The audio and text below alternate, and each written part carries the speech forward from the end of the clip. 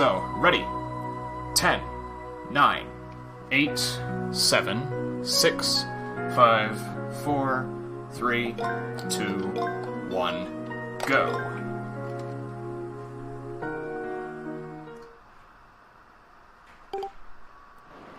It would have been nice if I opened my splits. Would have been nice. Yeah. Ravi's not going. Yeah, they said they might be a few seconds off. Okay. Okay, yeah. He's just starting now. Looks like he's about 15 seconds off of you. Alright, I will factor that in. Because, in all fairness, I'm in the United States and Ravi is in Japan, so there's going to be a little bit of desync between us. That's true. Ghost King, if you want, I can, hold for 13 seconds, or I can just continue as normal. Yeah, it's fine. He'll need that 15 seconds anyways to be able to beat you, right? Yeah. Oh, it's... yeah, this is either gonna be... This is gonna be a blowout one way or the other. Just continue as normal, no, okay. No sugarcoating it. Okay, so I should probably explain how this game actually works, because I've been ignoring that for the past minute. Meet Nayuta Herschel, astronomer extraordinaire and student coming home from his studies abroad. He lives with his sister, Eartha, who's just generally kind-hearted, and his adopted brother, Signa, who, along with Nayuta, runs a sort of odd job thing around the streets of their hometown. This will appear familiar to Cold Steel players, and, well, Trails players in general, because this is Nayuta's counterpart to the Bracer Request system and the Field Study Objective system. Though fortunately, given this game's relative non-linearity compared to the two, we can ignore most of them.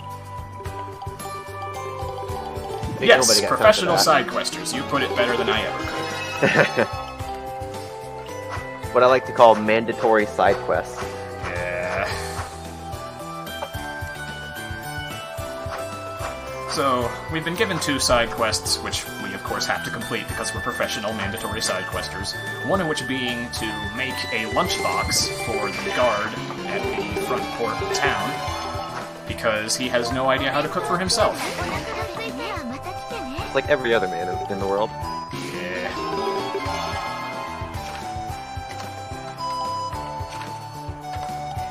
Well, actually, a nice touch is that once Eartha teaches you how to cook something, then you can actually cook it for yourself if you have the ingredients, but Nayuta has no idea how to take that first step.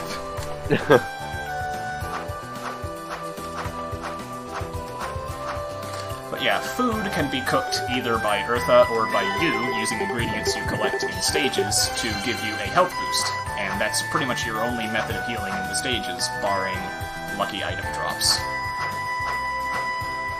The next side quest we're doing is basic fighting tutorial, which is relatively unnoteworthy.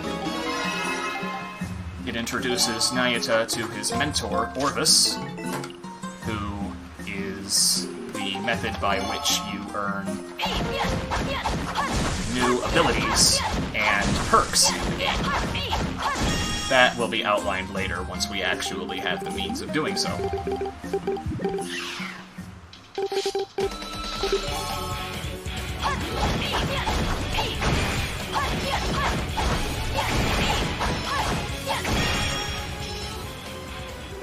So that's over relatively simply. One interesting change in Nayuta compared to most East games is that you have a double jump right off the bat. In exchange, you don't have any airstrike or meteor strike abilities off the bat, though you do eventually get those in the run. Looks like Ravi did the side quests in a slightly different order than you did. Yeah, we do them in a different order, and I'm not entirely sure why. It's mainly Go just... ahead. The weird thing is that Ravi and I developed our routes independently of each other, because prior to this marathon, we had no communication. I had no idea he ran the game, he had no idea I ran the game, so... It's just been... These last 2 weeks have just been a flurry of exchanging strategies, grinding down time, and just figuring out a lot of stuff that the other didn't know.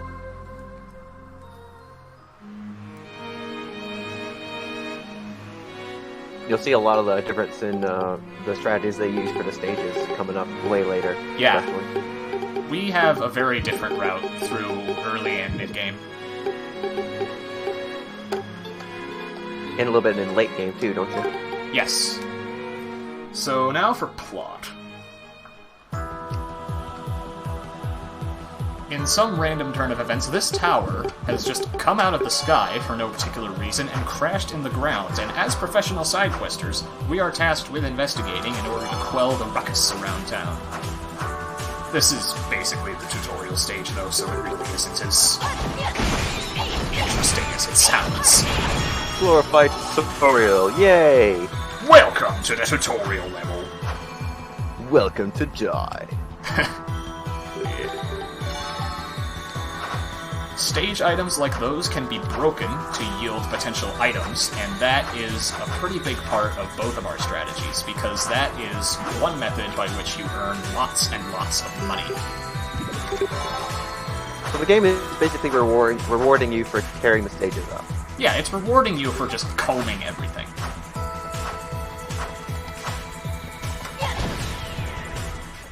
Yeah. Just like Legend of Zelda, breaking the pot to get money. Yep. Yeah, the mentor sends his student instead, because that's logical. Although I think in context, from what I remember of the fan-translated story, Nayuta and Signa kind of begged Orvis to go into the tower because they thought it was cool stuff.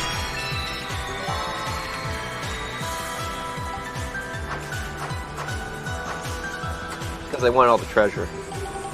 Yeah, they want all the money. All the money, all the glory. Even if it means potentially falling right off of a cliff. Anything worth risking your life for, right? Yeah.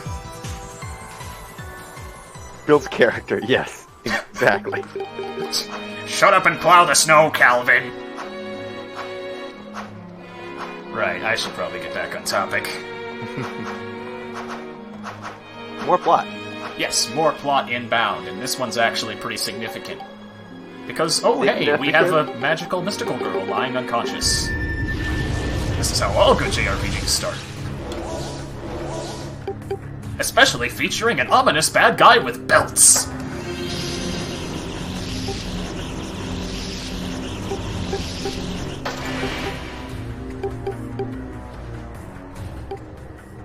And his edgy-looking dragon sidekick. An evil boss not looking like Ganon. Totally not. No. He actually kind of looks more like Demise, actually, than Ganon, to be honest. He does. Which is weird, because his Seiyu is, I believe, Ryotaro Okiayu, and the only thing I remember him for is Zero from Mega Man X. So I just always have that image in my head. So with that, meet Noi. She serves as our second party member. If you've played Zwei the Ilvered Insurrection, she is the Alwen to Nayuta's Ragna. And she has the ability to make portals of trees.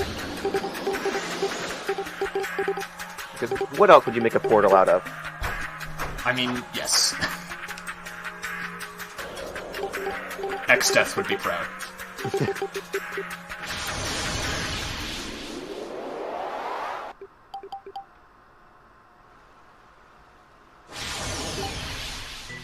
No, we can get to the root of the problem.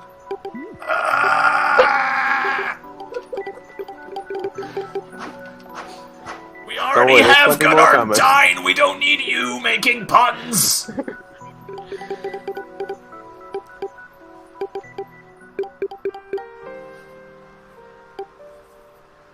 So this is the Lost World of Terra.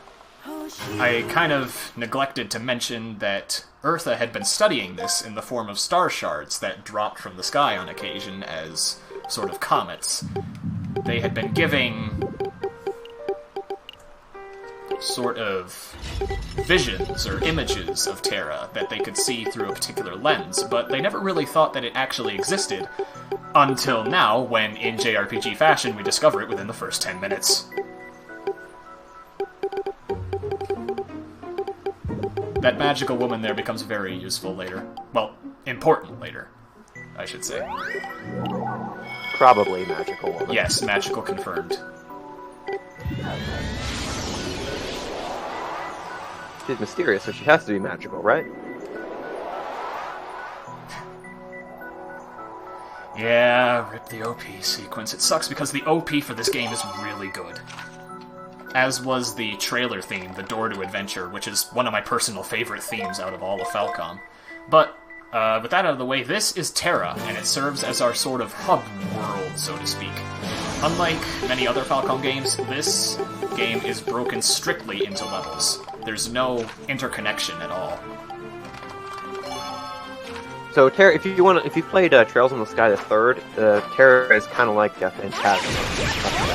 Yes, it is similar to Phantasma, especially with the whole teleporting everywhere thing. Yeah.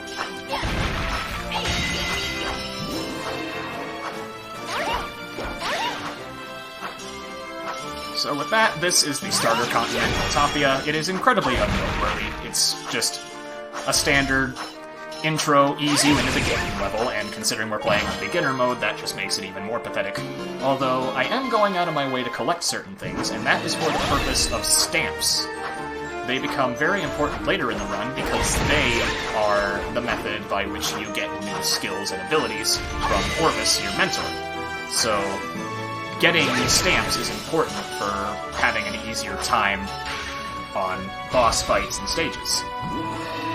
It's kind of like getting more AP in full skill or getting rewards for it, sort of. It's like another comparison. Yeah.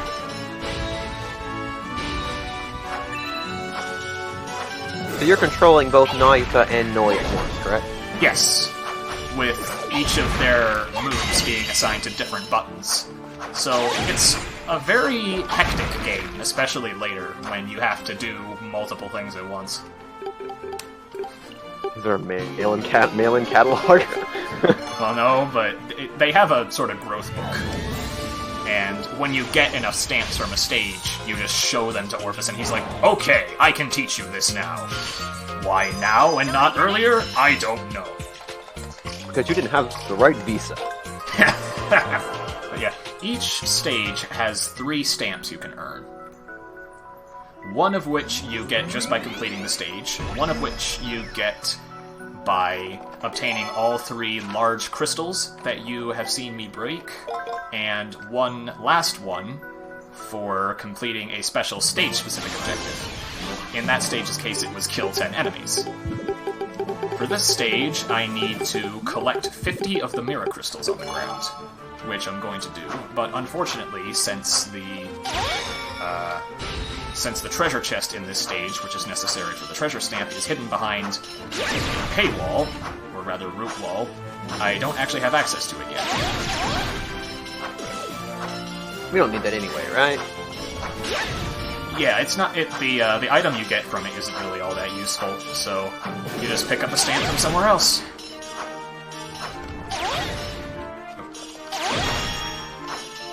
I need to pick up just about every crystal on the main route here, because there are exactly 51 on the main route, so I can only miss one, and I've already missed one in the beginning of the stage.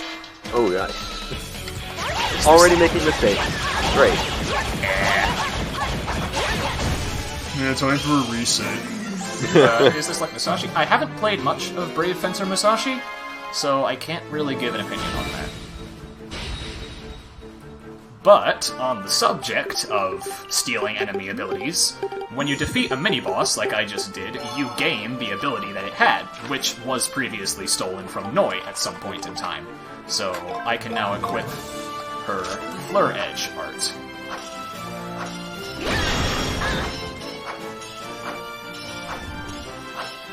Like Ravi's still on your heels, about 15 seconds behind. Making me anxious, man. Just keeping you updated, man.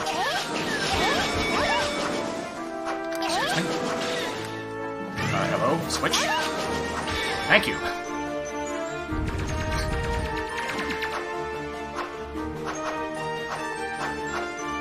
Yeah, that's one of the big differences between Ravi's route and mine. He gets different stamps in different places. So that will manifest itself with a serious time improvement over mine in the early stages, since he just doesn't get as many stamps as I do earlier on. Yeah, for all intents and purposes, this is Spy 3. It's just, it was branded under the Kiseki name for basically marketing purposes, because, I mean, Kiseki sells better than Spy. And it's especially apparent with the duality between Nayuta and Noi. Although this game does bear some terminological references to Kiseki. Like, for example, Noi has arts and crafts similar to Trails games. And I believe they also use the same units of measurement. Mira, Arge. Yeah, Mira, Arge, Selge. Selge was the other one I couldn't remember, yeah. Arts being the magical-based attacks, wherein crafts being the mostly physical. Mostly physical, yeah.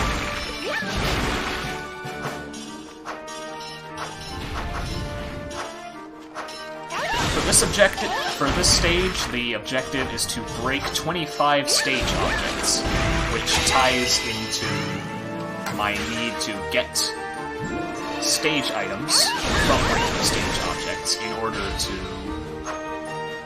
earn more money. Efficiency! Yay! Yes! Capitalism. So, I'm doing a bit of lollygagging around here. Ravi doesn't really do. 2 stage items, thank you.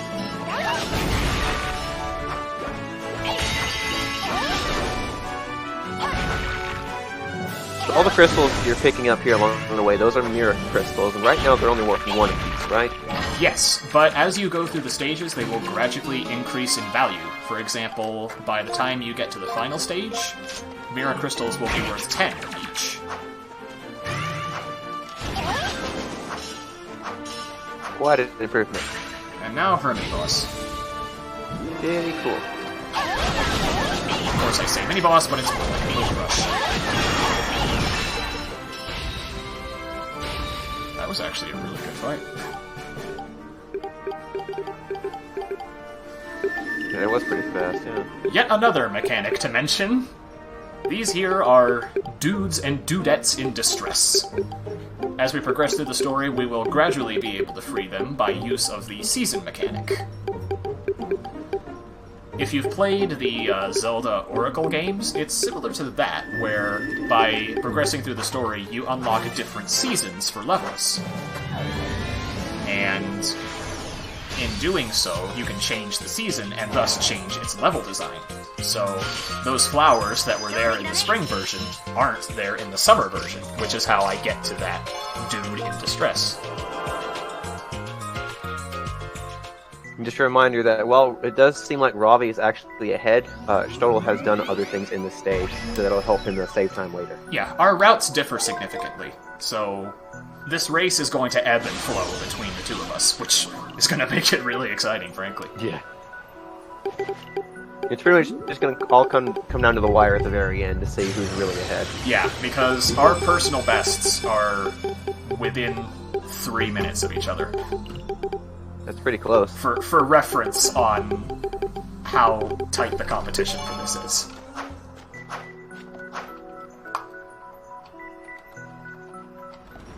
Although, with that said, as someone was mentioning earlier, the estimate for this game is going to be completely demolished, because we put that estimate in about 3 weeks ago, and our PBs have each gone down by like 20 minutes since then.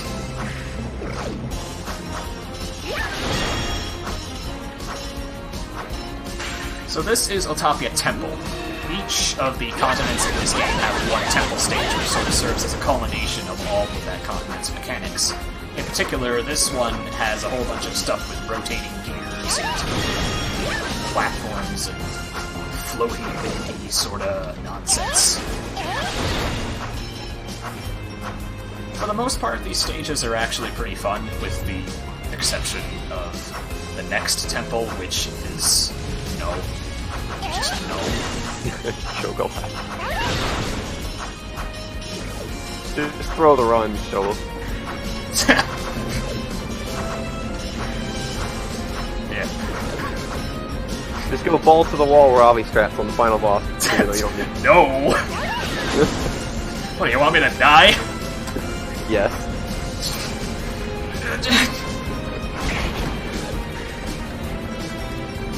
Jerk!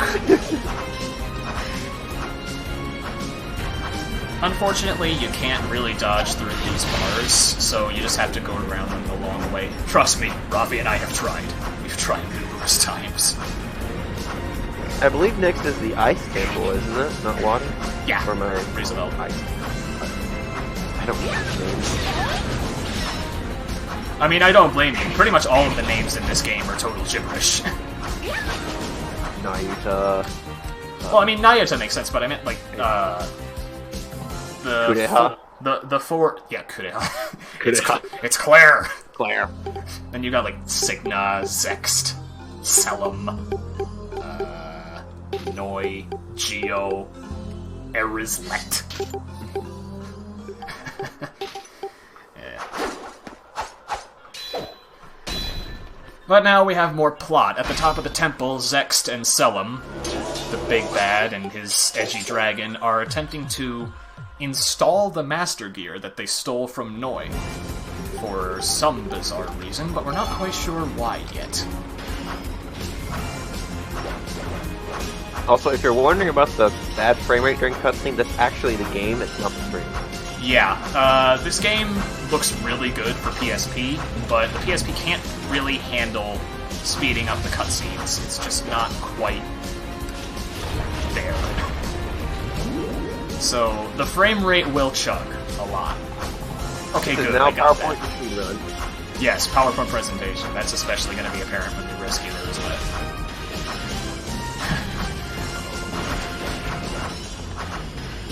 The second half of the stage is full of neat little skips and stuff. You saw me do a rather tight jump onto that platform. You're actually supposed to press 2 switches, but if you phase through...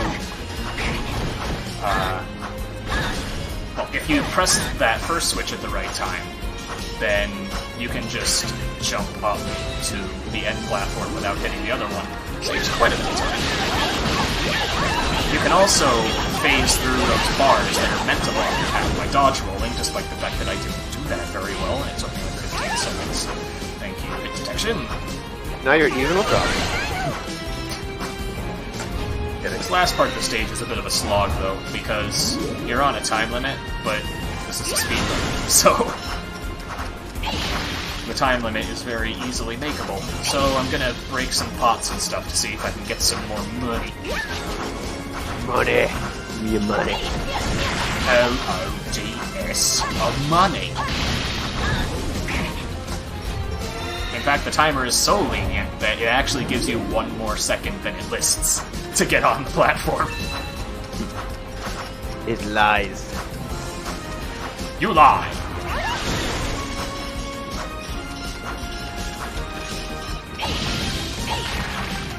Oh, I got a dragonfly thing. I'm already up on the top platform though, so I don't think I'll get it. I shall ignore. And with that, both Ravi and I are pretty much done with Autopia.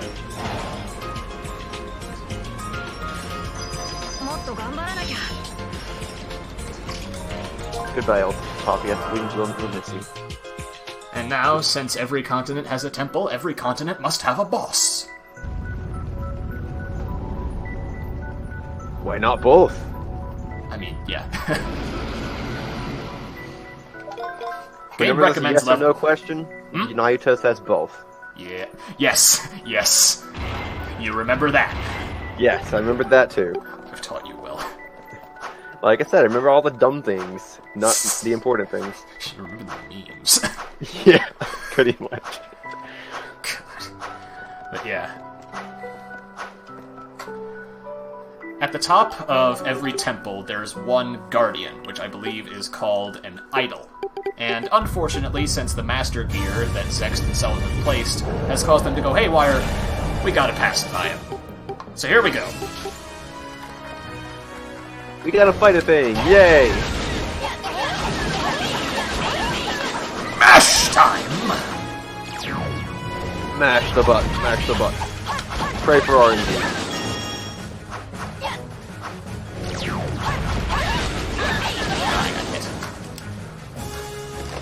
How dare you get hit?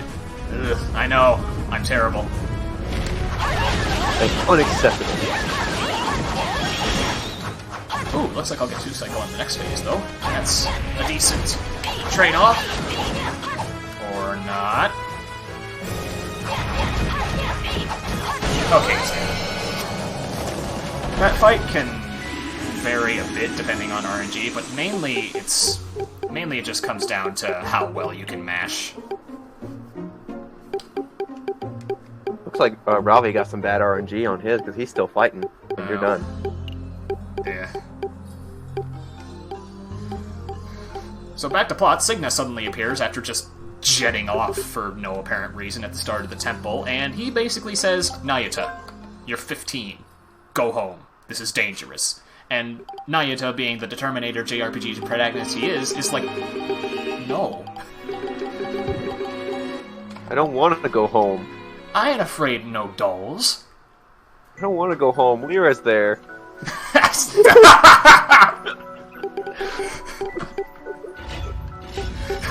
Yeah, I forgot to mention her. She appeared for like 20 seconds in the intro. Ah, dear. Unfortunately, Cygna's kind of gone MIA. So we have to do a bit of mandatory side questing to try to look for him. Fortunately, the more important part of this is that we get introduced to the museum, which I was referencing earlier with regard to stage items and money.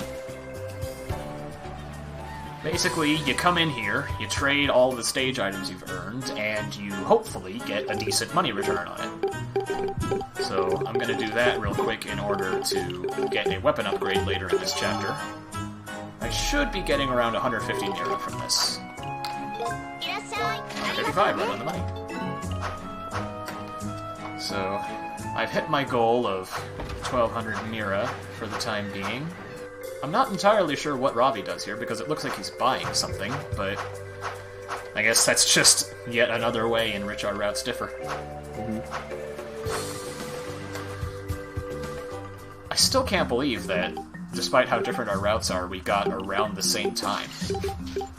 Yeah, it's pretty amazing. Yeah, it's pretty uncommon to have that happen.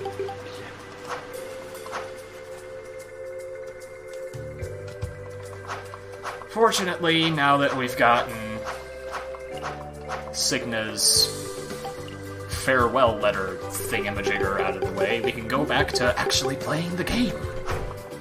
Imagine actually playing the game. I know! Who would have thought?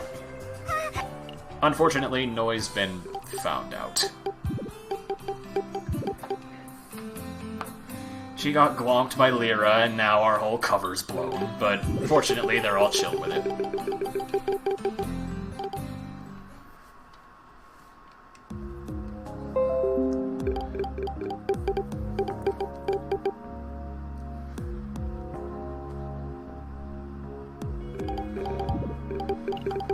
Decent heart-to-heart between Eartha and Lyra here, but now it's back to the game.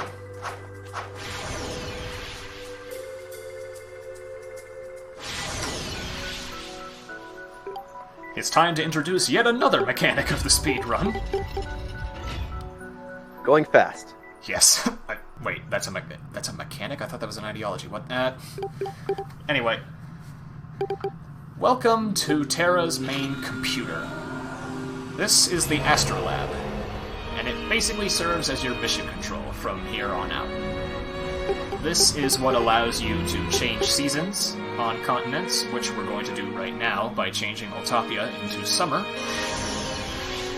And in New Game Plus, it allows you to power up your character by giving them special perks like infinite gear timers, extra speed, more experience, and other good stuff. But unfortunately, this isn't New Game Plus, so we won't be able to access any of those features.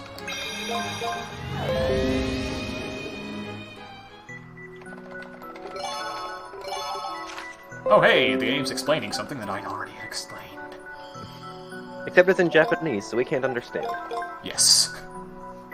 Except Ravi can, but... Well, yeah. But no. This Japanese is too sophisticated for my primitive mind. Your weeb level is not high enough. But yeah, technically, this is Autopia 3. But since it's summer now, it has completely different level design from its predecessor, as well as different mechanics.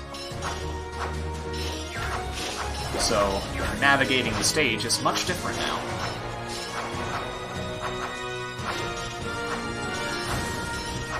We still have a mini-boss fight, although we do have different enemies to deal with this time around.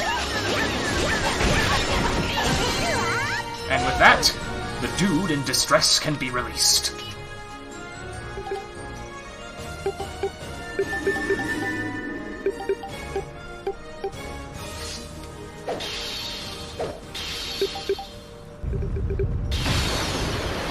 Meet Geo, the old fart guardian who bears way too similar a name resemblance to Dio. Which is why that's the only thing I can picture in my head. Fortunately, he does not stop time nor throw knives at me. Instead, he gives Noi her first gear craft. This is Gear Buster. It serves as a sort of charge attack that allows you to break through heavy obstacles like tree trunks or massive gears. Imagine busting gears. I know. So that's why it's called Gear Buster. Objective for this stage was to clear it in under 3 minutes, which is... yes. 42 seconds, yeah. But with that, we're done with Autopia, and we can move on to the next continent, Rieseveld. I absolutely love the soundtrack to this place. Wish I could hear it.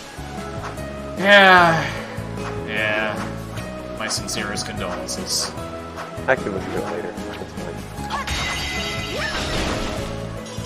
Downside to being a co-commentator on this, I have to mute your audio to not have an echo. Yeah, this game's soundtrack, in general, is great. In my opinion, it's one of Falcom's best efforts. Because they actually, they got to reuse a few Nayuta Kashita tracks from after he left the company. He just developed some tracks and then they were never put in any game. But here, they were used for some of the stages, and they all sound great. This game was released in 2012 for the PSP.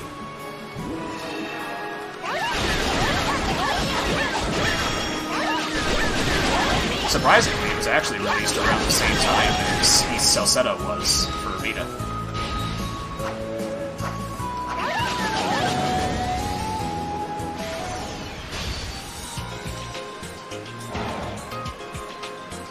Even though I get some of the crystals here, I don't do either of the stage objectives because they take too much time. The reason I get the crystals, though, is because I need 2,500 Mira by the end of the Rieseveld stages, so that I can get a weapon upgrade.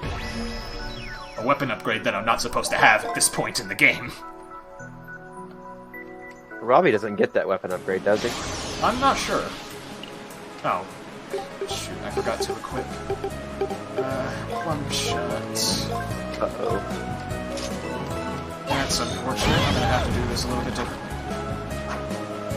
The treasure chest I picked up was a second art slot for Noi. You can have up to 4 on her at once, which allows you to have multiple different arts at your disposal. You cycle through them with the left trigger. You only have one cycle button, though, so you can only cycle one direction, right? Yeah, you can only cycle one direction. That is one of the shortcomings of this game. It uses so many of the buttons that it kind of have diminished functionality. Aren't you using a Sega Saturn controller with it, though? Yeah. cheater. I have a bit of an obsession. Yeah, I have to kill 10 enemies with magic in this stage, and the reason I want Plum Shot on is because it has much better homing than Fleur Edge has. So I'm gonna have to do a little bit of stalling to get my hearts back up. So just Or you could go for a different stance at a different level. I actually have no idea where I can make up the stamp, so I don't want to risk it.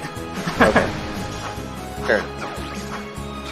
Might be a good idea to have some backup stamps sometime later though. Yeah, but overall this isn't that bad, because Fleur Edge can kill a lot of enemies in here in about 2 hits. Gotcha. Temporary weapon upgrade. Something like Breaker Mace, I don't know what it's... Spike Mace. Things like that. Spike Mace, okay. Thank you, oh wise sensei. Spiky Mace. Okay, I'm gonna need to be really careful.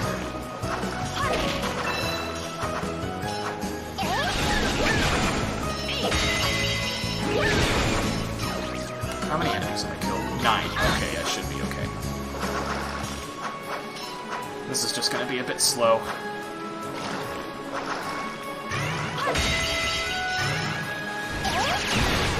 Okay, and that's 10.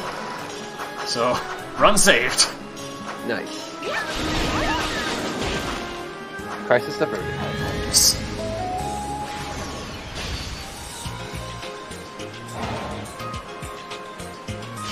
And that's 3 stamps for this stage. And I'm sitting at 2100. I should be able to get to 2500. And, 25 is the weapon upgrade you need, right? Yes. And if I don't, then I got some more stage items that I can sell at the museum. So I should be able to get the upgrade. And if I can't, then the boss is still doable with Spike Mace. It's just longer. And nobody likes that. It's time for another mechanic, and I don't like this one. You got these little stone pillars here, and this sort of brings in a puzzle element, because you gotta push them. Really slow. Wasting time, yay! And they have wonky hit detection to boot. So often, you'll just see me running on nothing.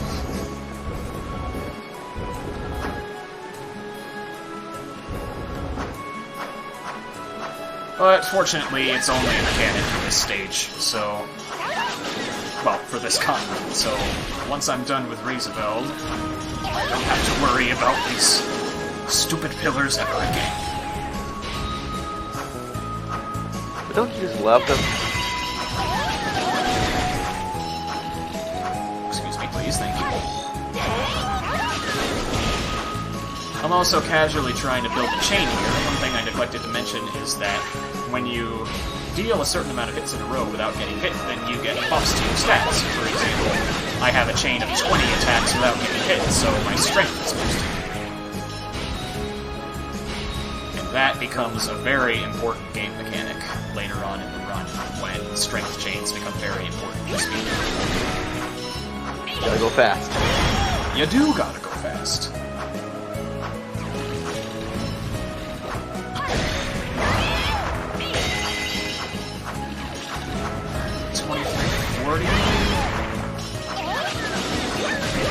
Yeah, with the enemies I kill, I should be able to get to 2500.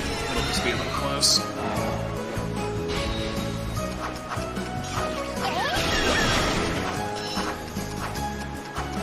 I got 2372. I think I get about 150 Mira from the end of stage bonus, and I got another stamp to go with it.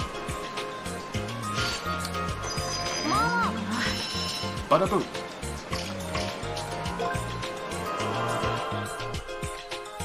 Oh, I forgot to split. Nice.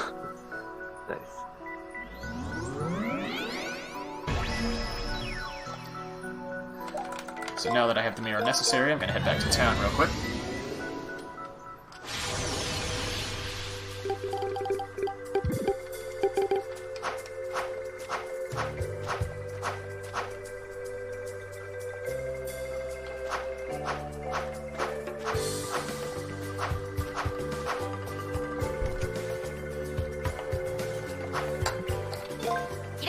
This is the Puriesta, I believe. For this point in the game, it gives you a ludicrous amount of strength, so it's very useful for the upcoming temple and boss. I'm also going to get a couple of new techniques, since I have 2 stamp thingies now. Nice work, Machado. Bravo. You knocked it out of the park on your Falcon run. It was really well played. So congratulations on that.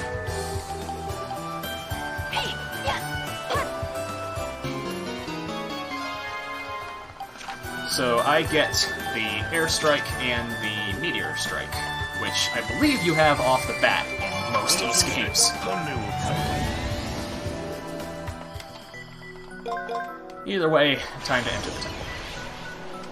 Only 35 seconds off PB. Wow, that's pretty close. Wow, that's incredible. Yeah, I remember the whole chat going poggers when you one-cycle Death Falcon, or whatever the thing's name is called. I'm not very familiar with the run. More slower than I am.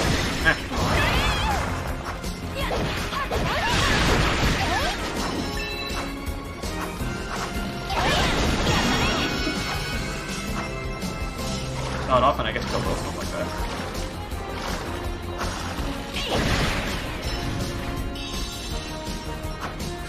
Unfortunately, Rieseveld Temple is a bit of a slog, because it has those stupid pillars from earlier, and it has a whole bunch of rotating platforms that you have to wait for in cycles. So, welcome to the Great Bay Temple, everybody.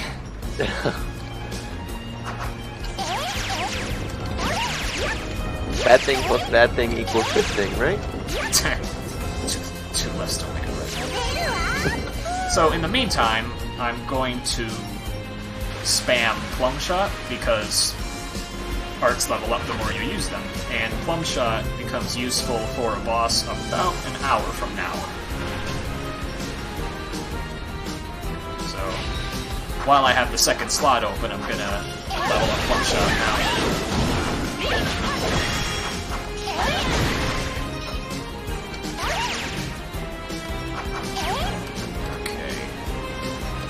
Chain. Yes. Keep that chain. And now another cycle to wait for. Waiting? Nobody wants waiting. Loading time.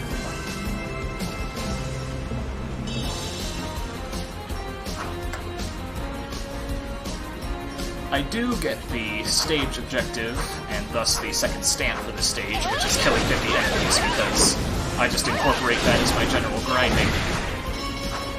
I need to be at least level 7 by the time this stage is done, and I'm on track to get that.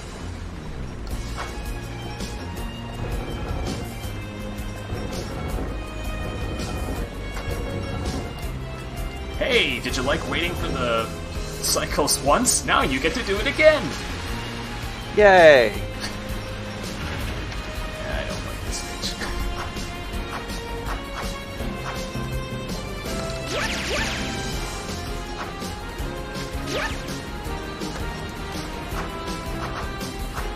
Always gotta be one stage that nobody likes. Should be able to make the next cycle, though. There we go.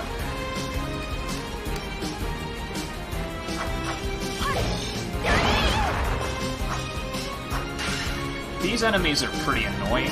They go invulnerable if you hit them with a normal attack, but they can't really comprehend the multiple hits from the Meteor Strike, so that's the main reason why I picked it up, to avoid them going invulnerable and wasting a bunch of time.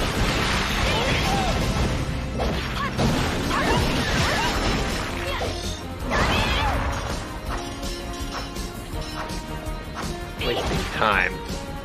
Ugh. More switches! Fortunately, this is just about the last of them.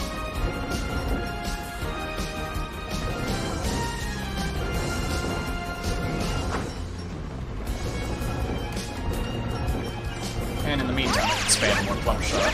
I should be close to max level by now.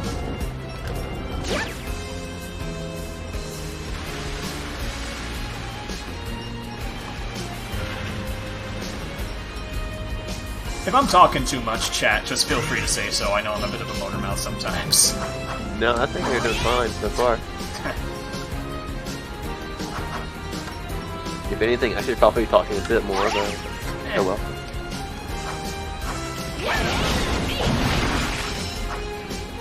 I mean, you're the one focused on running the game. I'm just sitting here watching and running my mouth, so. Yeah.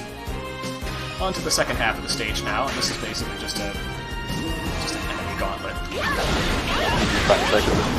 Oh yeah, let's make these anyway. That's actually completely justified. I don't blame you.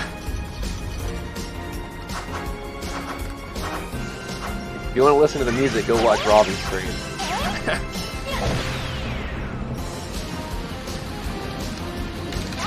Plum shot spam. Waiting for the water here is a bit annoying, but it's not too bad.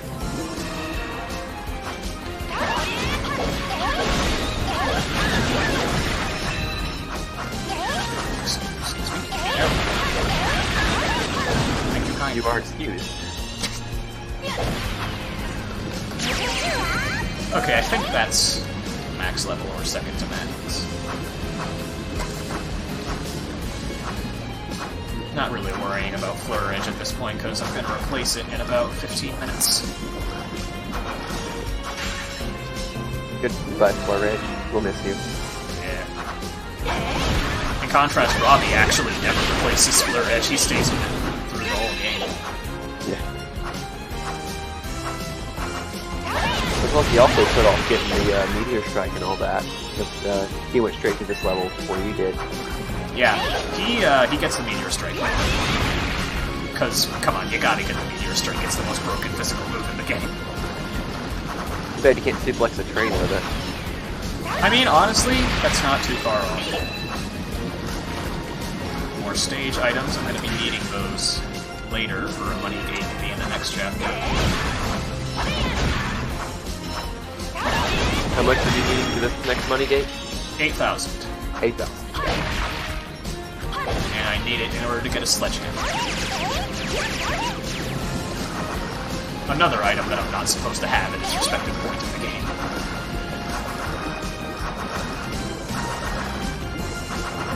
And now that we've raised all the water, it's time to drain it and remove all of our progress. How could you do such a thing? I know. It's just...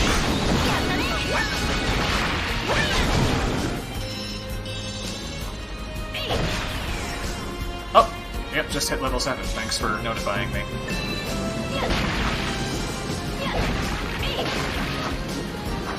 I've also got a decent chunk of stage items here too, more than I usually get. So, aside from a bit of a derp in Isabel 2, this is actually going kind of well.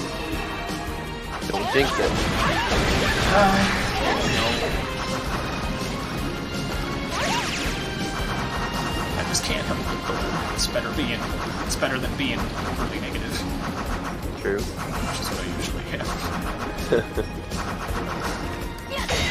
One last money crystal to seal the deal, and then it's off to the final enemy gauntlet.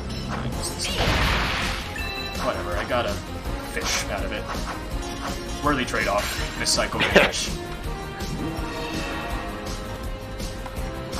Hope it was a good fish. Ooh. Yes, please. Oh, come on. There.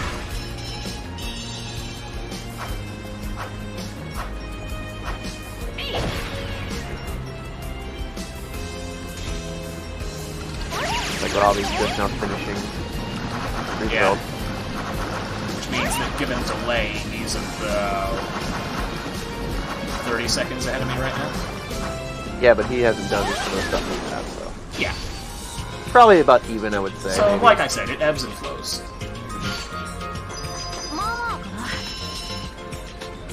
Pretty solid Roosevelt Temple. Hopefully I'll get a good boss fight.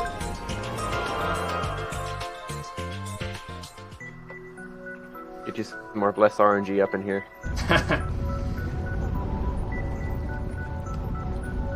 Yeah, this is one of the most RNG-dependent fights in the run for speed, which is unfortunate because casually it's actually a really fun fight, and it serves as the point where the game turns things up to 11. But in a speed run, it's kind of obnoxious, and I need to take a drink of water. My voice is getting all gravelly.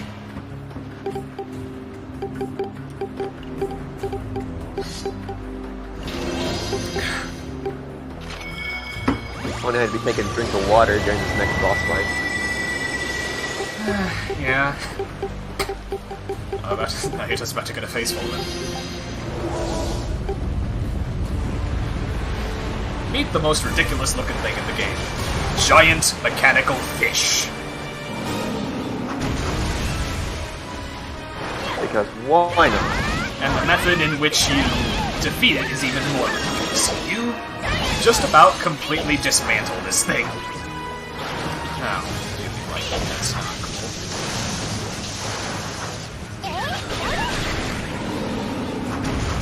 Literally rip its spikes off. You rip its spikes off, then it decides it's had enough of that, and it bites the platform you're on. And now we're going at high speed down the entire temple. I actually love this.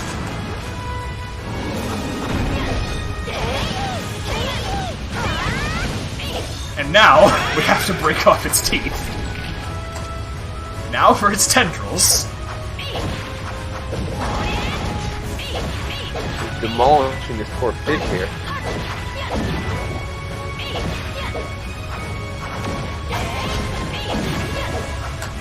And now that we have all of that taken down, it's time to take out whatever this thing is.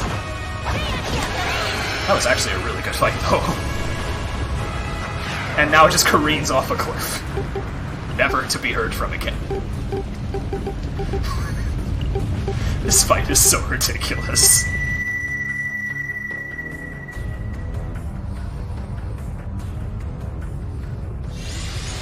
I think you might have fallen off the rock a little bit. At least I gained some time on it from where you were. Wait, there's a fight like this in Celceta?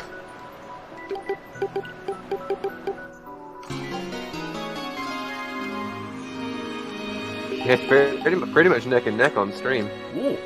Yeah, there's a trick you can do where you're supposed to spend 2 cycles breaking off its teeth, but if you start a charge attack mid-air, you can get it in 1.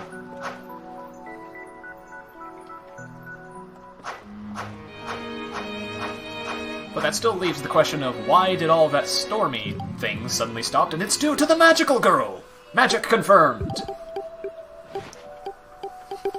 Meet Claire. She's apparently Noise Master, or something. I kind of forgot this part of the story.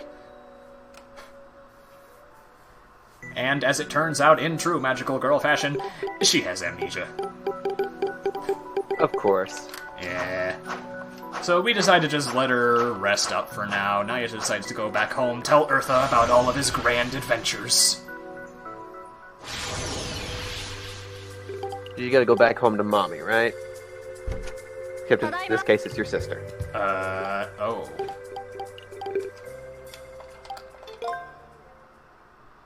Well, that's not good. What? Oh. Yeah, this race is gonna stay really close. If neither of us screw up. But, unfortunately, Eartha has come down with a horrible fever. Oh no, who's gonna make our lunch boxes now? Well, now actually it's Lyra doing that. Lyra. Yes. I believe the fan translation calls it hell fever.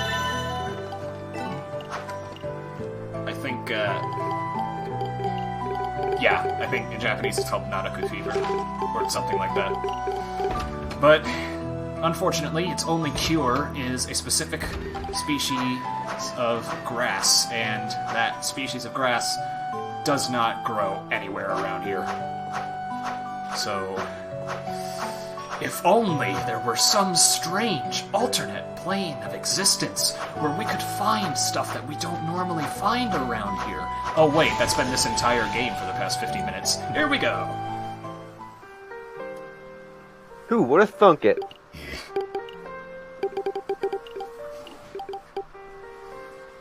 So that's basically the premise of this chapter. You have to find where the grass is, of course, beating the boss along the way, in hopes of curing Eartha. Before that, though, we gotta rescue a dudette in distress. This time it's actually a dudette and not a dude. Yes, there are 2 dudes and 2 dudettes.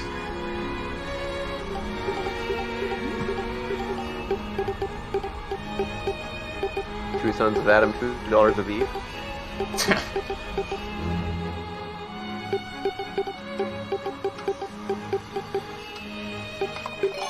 We've also unlocked the proper winter variant of Rieseveld, which is what enables us to go rescue her. So we're gonna go do that. Begrudgingly. Because everybody who's played this game knows rescuing these people is a really bad idea. But we have to do it. Yeah, we have to. Except for New Game Plus, though. That's actually a plot hole. If you transfer your gear crafts... If you transfer your gear crafts, then you don't actually have to go rescue them, because you already have the gear crafts that they would have given you. So it begs the question of why exactly they're there in the later parts of the story if you never actually rescued them. Yeah, it's New Game Plus anyway. Yeah. New Game Plus isn't exactly canon, I suppose. Although some features are locked behind it, which is kind of annoying. And now for the chuggiest cutscene in the game. Brace yourselves for 10 frames a second! Literally PowerPoint the stream. Yeah.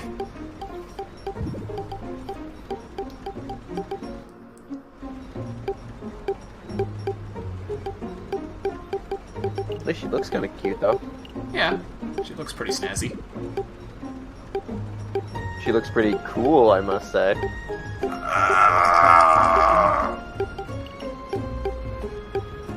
You're hurting me!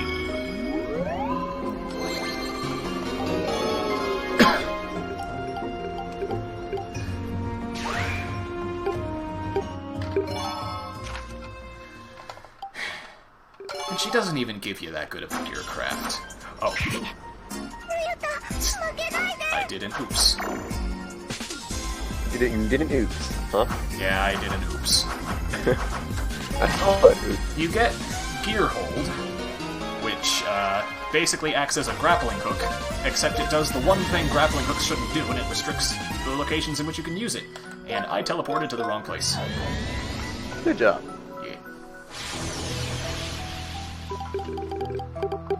Yeah. With the machine translation?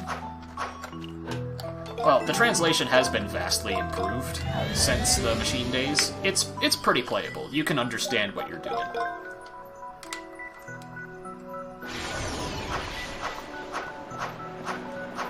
But as for the side quest I just picked up, this is the only side quest I do in the run, and it involves the Guardian that we just saved.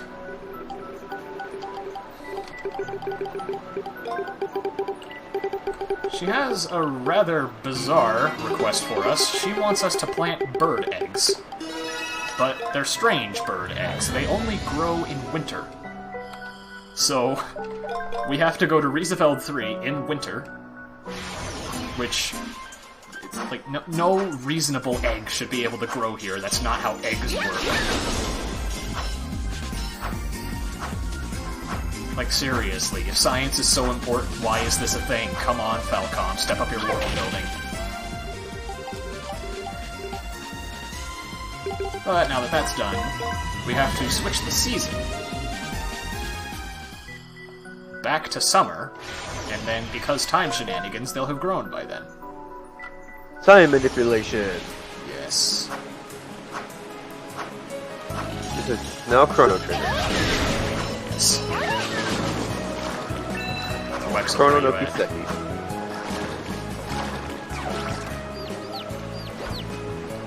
So now they've hatched, they've done what Erislet wanted us to do, and now we have to go back and report the results in order to get the most broken spell in the game.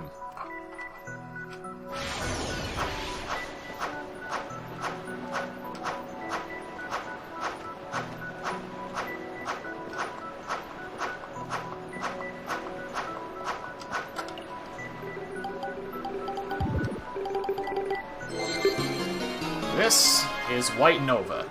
This is basically the bread and butter of combat from here on out. Excuse me. White Nova. For those who have played Cold Steel, this is basically Nayuta's version of Chrono Burst. It drastically slows down all enemy movement, and during that time turns all of your attacks into crits.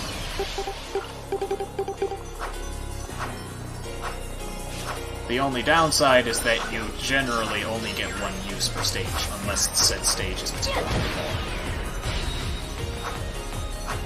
Still, it's an incredibly potent tool.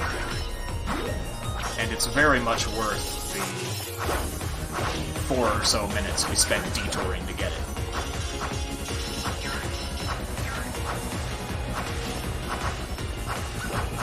This stage here is my part of the run where Ravi's route differs a little from mine. I get that stage item there, which is called a yield egg, or something along those lines. And I'm going to use it to make a burger about an hour and a half from now.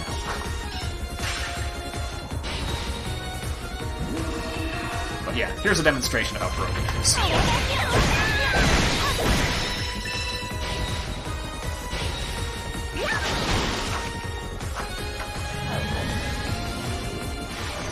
It took, what, 5 seconds, if that? Yeah, like 3.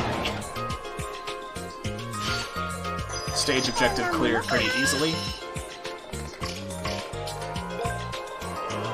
At this point, I need to get a total of 36 stamps by the end of the 4th continent. And it seems like I'm on track to do that. I've hit every stamp I've needed to so far. This stage basically makes or breaks the run, because the special objective here, which I go for, is to kill 50 enemies with physical attacks only. And as a result, I try to keep up a chain as long as possible, since getting a chain of 60 hits without taking damage increases the mira you get from enemies. That makes this stage not necessarily speed dependent, but more dependent on how many enemies can you hit without getting hit yourself. Basically, dodge into the kill everything. Sorry, you were saying? Yeah, I was saying. Basically, don't get hit the stage. Yes.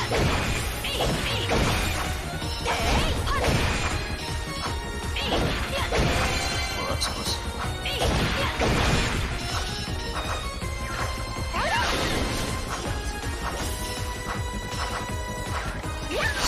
Have you started a Sky vs. Sen war?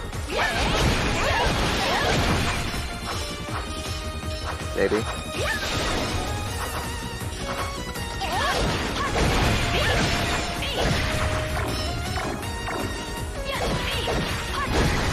We'll get around to that later on once I actually get to running that game.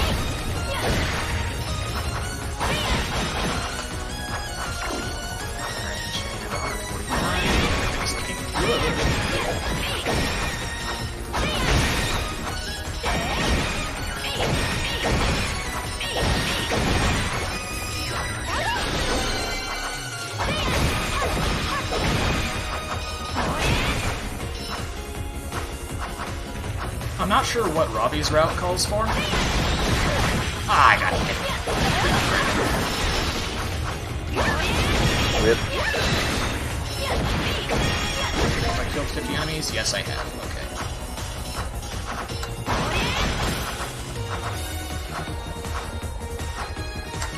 I might stall for time on this fight in order to get my chain back up, because I want the extra money from these guys.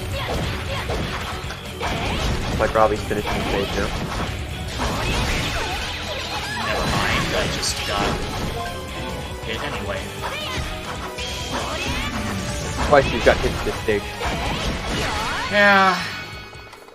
At least I'm already level 11 though, and I still got quite a bit of money, since I kept a chain all the way up until the very end. But by beating that mini-boss, we get Ice Lance, which is my replacement for Fleur Edge. It's got more power and it has a chance to proc freeze, but it's got some pretty janky homing.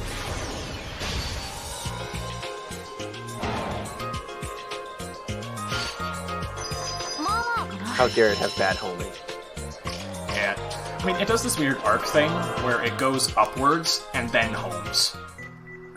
But in that time, when it goes upwards, it might go out of the enemy's range, so the homing might just go... Delm, this is on PSP. It's also available on the Japanese PlayStation Network.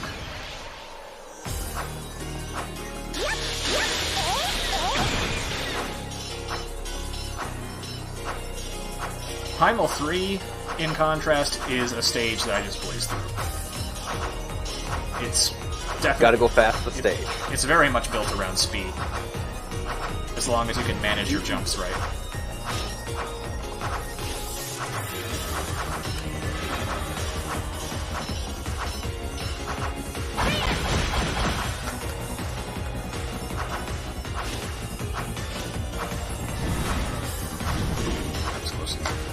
Now for the next dude in distress that we have to rescue about 30 minutes from now.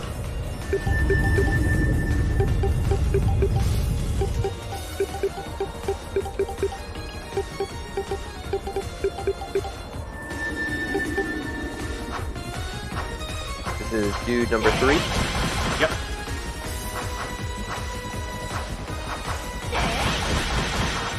Did they give you something useful? Actually, despite being canonically the most powerful of the Guardians, he gives you the shield ability. So I guess that's sort of a breaking character. Way to go, Falcom, defying stereotypes.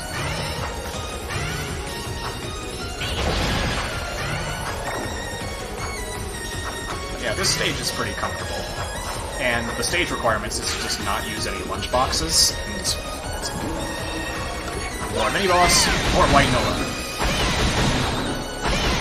More breaking the game. Yeah. And it leveled up, too.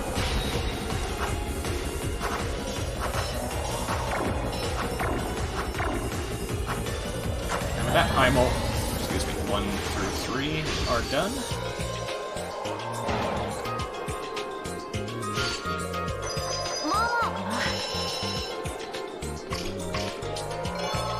Creeping closer to that 8,000 mark you need for the money gate later. Yeah. I should be able to get it without backup strats, because I'm going in with something like 5,500, which is right where I want to be. So if I can keep up a good chain through the first half of Heimdall Temple, I should be able to meet my money requirement, and even if I can't, I've got some good stage item drops in the bank.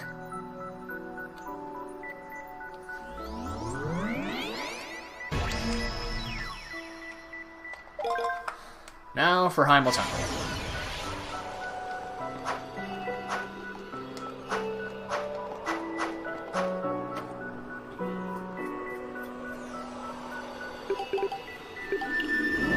Yay, temples. Unfortunately, we've got the big bad edgy dragon guy here to stop us. I really don't understand this cutscene, because he completely mops the floor with us. And then he leaves. Because why not? He just dared to laugh in our face. Yeah, I guess so. Haha, you can't defeat me. I'm 20 levels above you. Okay, let's do this. Keeping up a chain is also very important in this stage. Well, it's very important in this stage too, I should say. Because the more money I can get, the less problematic the money gate at the end of this chapter will be.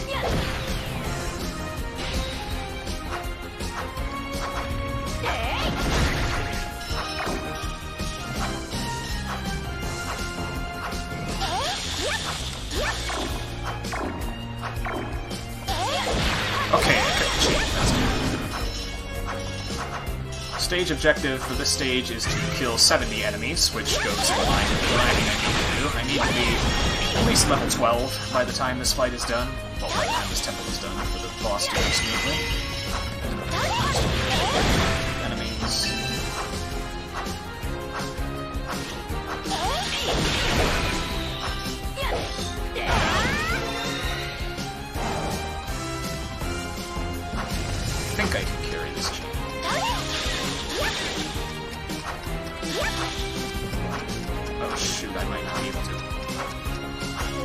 hurry.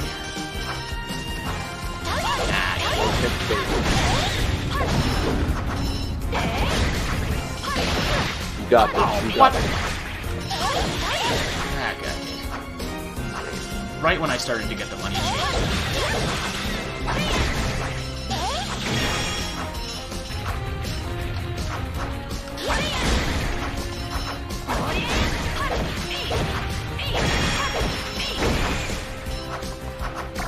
I should be able to get a money chain back up by the time I get to mini bosses, though, and those are the big money makers.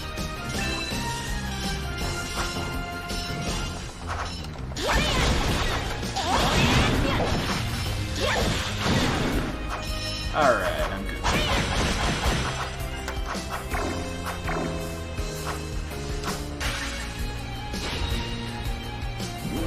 Just gotta get my head in.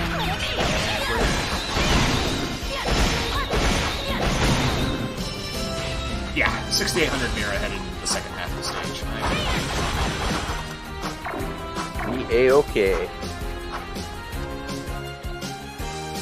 Everything's gonna be alright. Yeah, just gotta think positive.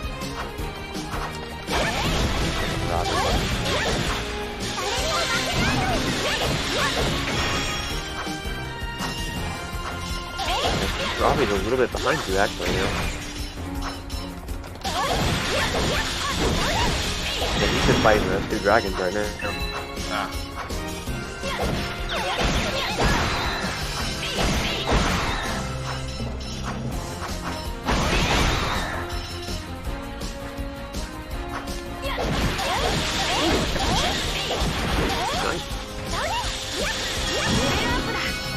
Got some sick money off of that.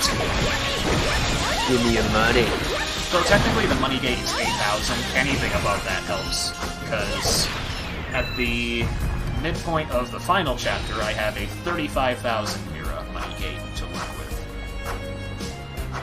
Just for buying, like, health items and stuff like that? It's for my final weapon upgrade. I gotcha. The most ridiculous looking sword in the game. Oh yeah, that thing. Yeah, that thing.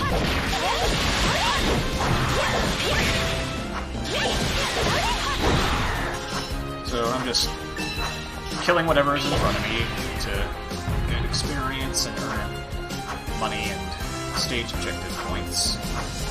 Kill all those things. Get money. Break the targets!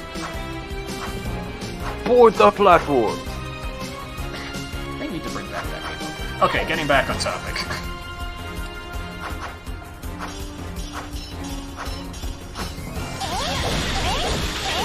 He said that people are completely silent. Okay.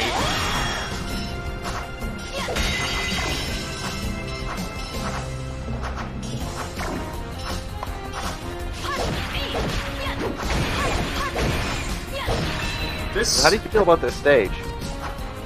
Hmm? How do you feel about this stage? The second half of the stage is kind of a slog. Especially this latter part of it, which is a sort of glimpse into what the final stage holds. For better or worse. Probably still work. Well, I mean, I like the final stage, it's just that it's incredibly long. As are all final stages.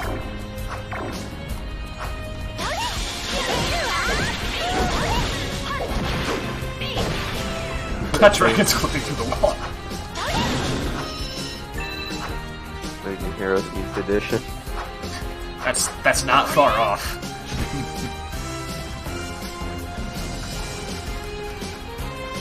Oh, already at 8,000 Mira. Nice. I like how you just jump off the cliff and just go like soaring straight down. Yeah.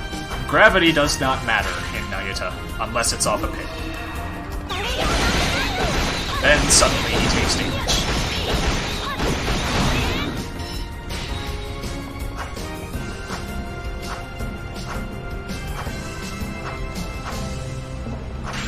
More switch shenanigans here. Yeah, this game is kind of like a hybrid of Ys, Legend of Heroes, and Spy. It was only released in Japan for PSP, so it's understandable that not many English Falcom fans know about it.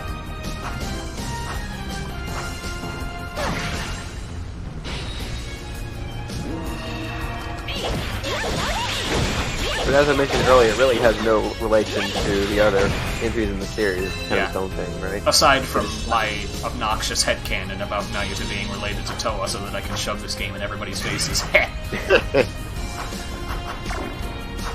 Coincidence? I think not.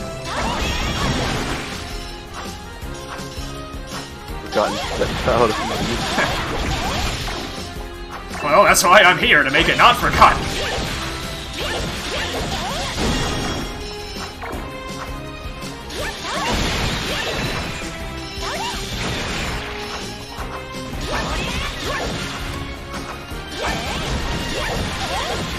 It's a pretty good headcanon. I know. It would make so much sense. And we're through.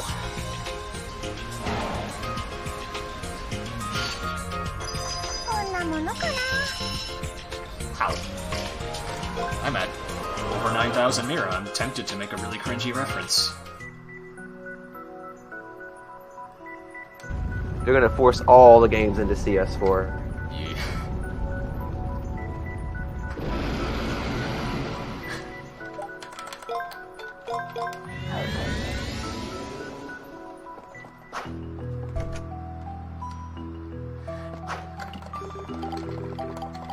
Yeah, I remember Kondo said that his favorite Falcom game is Song of the Ocean, so I wouldn't be surprised if at some point they detour into a Picard remake. Basically, we want all the games. The more the merrier, right? Yeah. You know what they say! And now for the most RNG-dependent boss in the game. I don't think either Ravi or I like this one.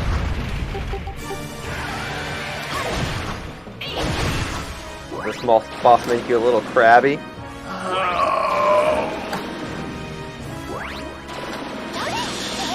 This boss can fire off anywhere from 3 to 8 attacks in a given cycle. It's actually being really kind and only paid for 3. But after that, you have to climb up on these gear hold things, hit its head, and then go to town.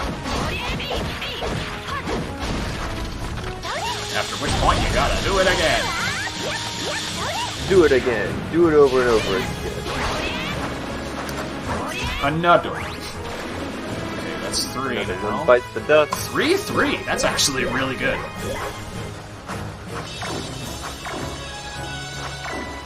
You and Ravi actually have them at the same exact HP right now. 1625. Yeah, that's the... Oh, the cat for it? Yeah, that's the cat. Okay. Oh, he's doing an attack I didn't want him to do.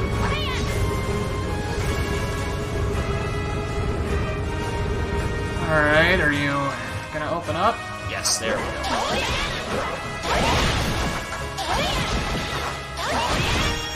Now for phase 3. Which is what I've been saving my lightning.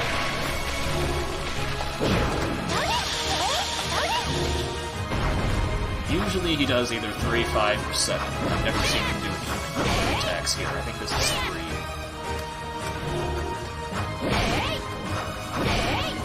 He just wants to even the odds. Oh, Ravi got the skip. Oh. Meanwhile, I'm getting teased. There's a thing you can do where one of his animations has him low enough on the ground that you can just jump up to him.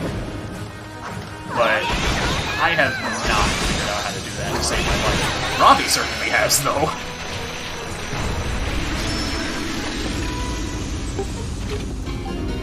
So, looks like he had a much better fight than I did.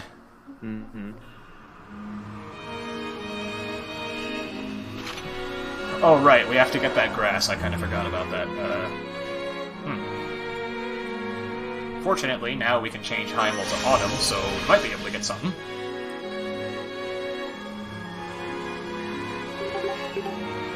And suddenly Claire comes out of nowhere. Yeah. She can And bend the scissors.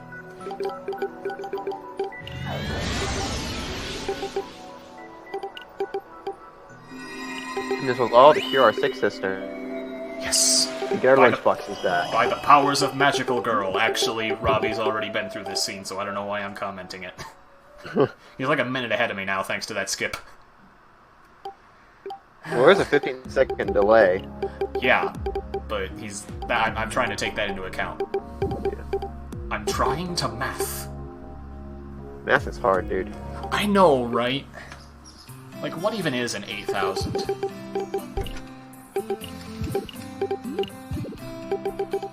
We also have the trope of Noi coming in and interrupting. Yeah, whenever Nayuta Lyra tries to confess to Nayuta, Noi always interrupts. That's like the complete extent of Lyra's character for Pretty much. the first 3 hours of this run. Oh, right, I'm in control.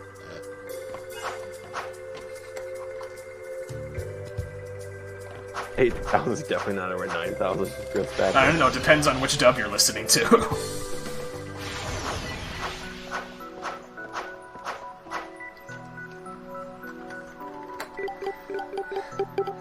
Geo again, just having a friendly chat for no particular reason, and now we have to go pick up the magical girl. Magical girl Claire. Yes. I've always been kind of confused on what her English name is supposed to be. Like, Falcom romanized it as Kreha, though Falcom romanizations are kind of dodgy, if Dalk Fucht was any evidence. The fan translation also localized it as Kureha, but, I mean, for all intents and purposes, it's Claire.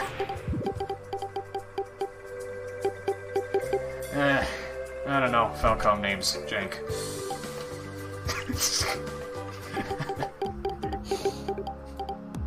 I mean, to be fair, we already have a Claire in Cold Steel. Yeah, all this Claire needs is that one side tail. Yeah. Yeah, original organization. Falcom and the English language have had a bit of a contentious relationship. But now it's on to Chapter 4. We've finally unlocked the final continent on Terra. This is La Warg.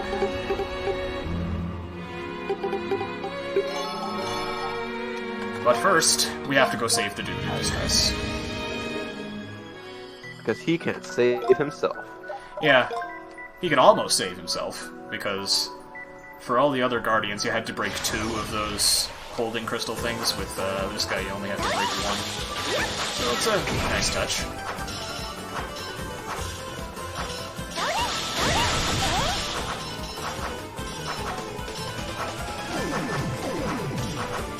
The stage is also heavily built around speed. You can just go right through. Assuming I get these jumps right. And you're not caring about the poison in this stage either. Yeah, poison doesn't matter. It doesn't deal enough damage to you to actually make a difference. So we just ignore it and go through. Ain't nobody got time for that. Yeah, ain't nobody got time for poison. We get a full heal at the end of each stage.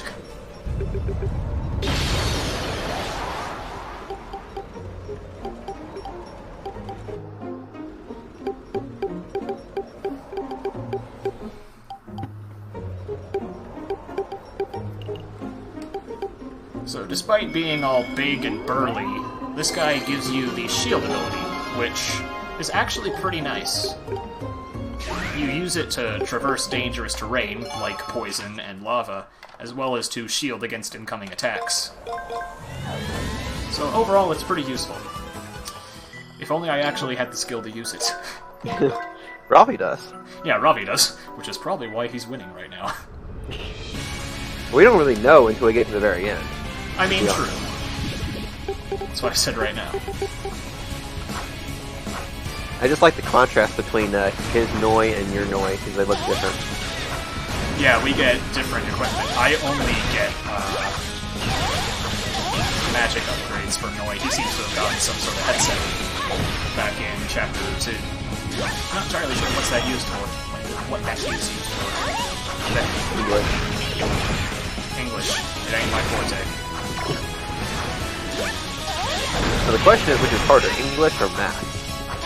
Oh god. I can't decide, man.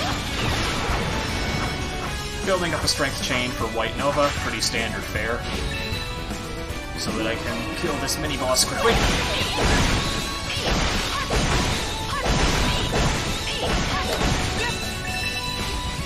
Alright, and now we have the final Dudette in Distress, who gives us actually the best gearcraft in the game. It's just a shame we can't get it now. Oh, looks like you caught up to Ravi. Huh. Yeah, on stream it looks like, although Yeah, taking into pretty account... much synced up. Yeah, taking into account him being behind, he's still 13 seconds ahead of me. So, surprised the race is still that close. I thought I would have gotten completely curbstones by now. Have some more confidence in yourself. Objective for this stage was to not let the gearcraft gauge expire, which... He has a lot more mirror than you do, though. Yeah. Huh. I don't know. This stage is particularly dangerous in my run. It requires a lot of pretty precise execution, so I'm going to be a little bit quiet for this one. Okay. Oh, okay.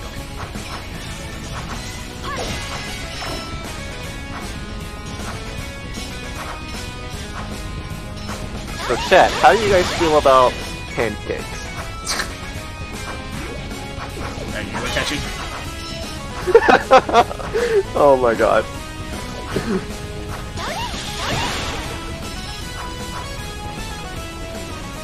Okay, pretty tight jump here. Depth perception.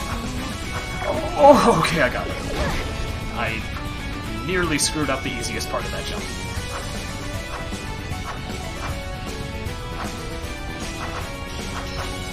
Bring up the easy stuff? I know.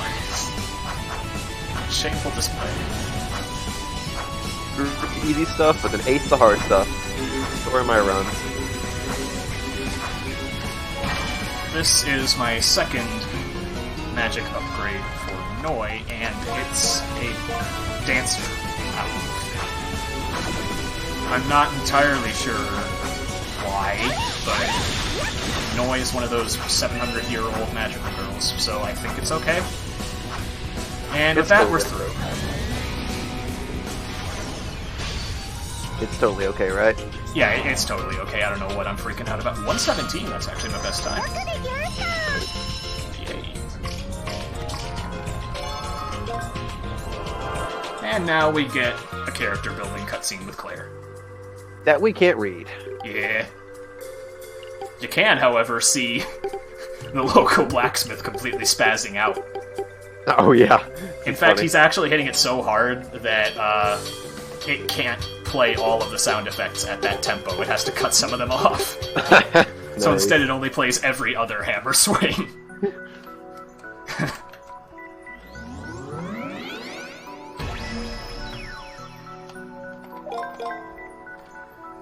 Now for Work 3, special objective for this stage is to not use Gear Shield, you know, the craft you just got.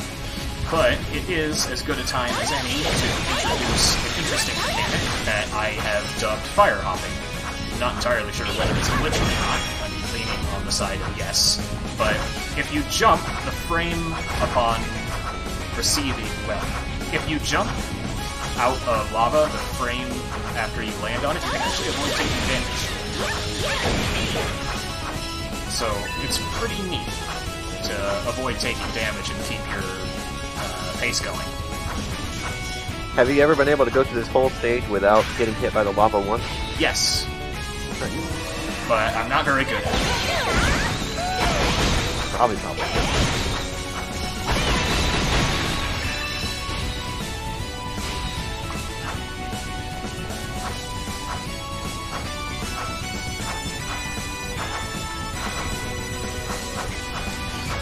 Gonna make a quick detour real quick to get stage item that I can trade in for Mira later. This is an amethyst. I believe it's worth 2,000 Mira, and it should contribute significantly toward my money gate at the end. No, dude, it's a diamond, not an amethyst. Don't remind me of that, please. I looked up the kana, I made sure it's amethyst. You can stop making fun of me now. And that's all work 3 through. Looks like Ravi skipped the amethyst. Yeah. I think he has some other method of grinding for money. Right, that's for money, so you can get the weapon upgrade, right? Yeah. For the 8,000 Mira? Okay. Well, this one's the 35,000. This is the best cutscene in the game. Oh yeah, with the baby. Yeah. So, not all of the objects in this game are properly synced up to the cutscene fast forward, so you get stuff like this. Zip zip. Yeah.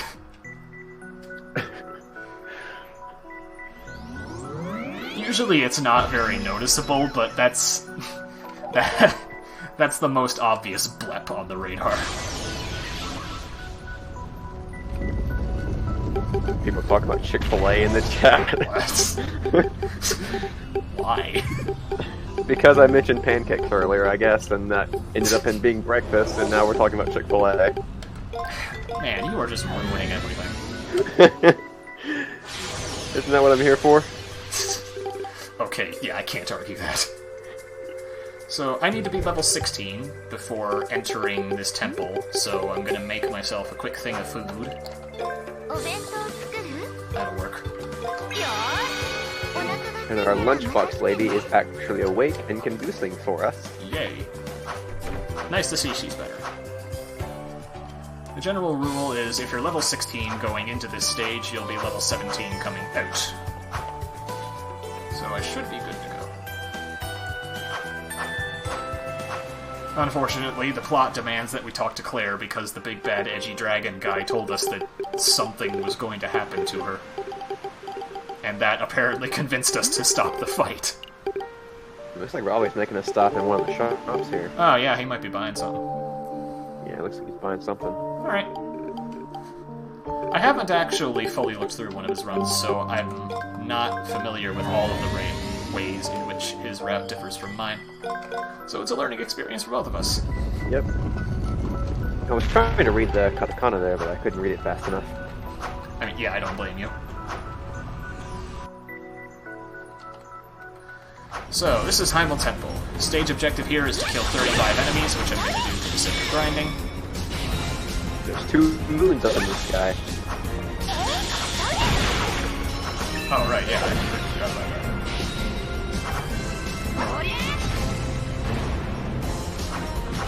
And this universe confirmed.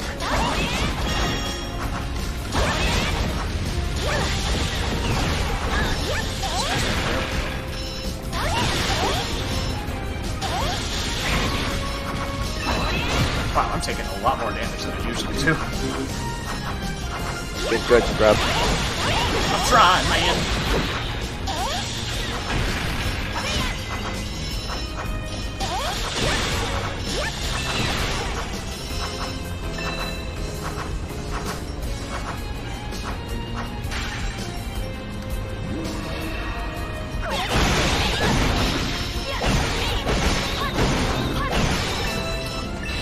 Many bosses through, thanks to the game-breaking powers of White Noise.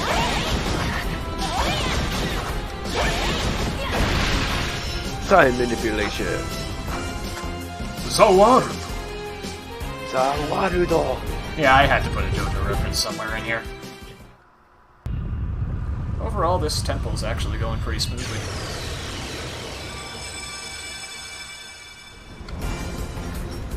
You say that now. I know, I need to stop jinxing myself.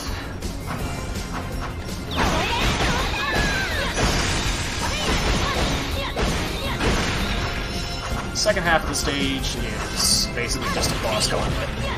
Well, regular movement gauntlet.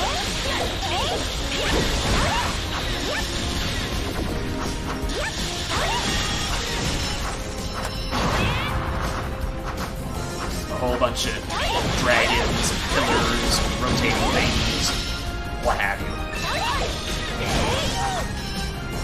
Everything blocking your path. Everything wants to kill you.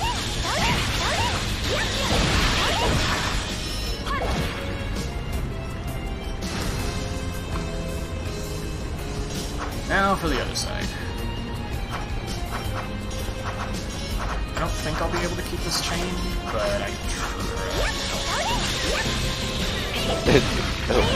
In the middle of that finish, nope.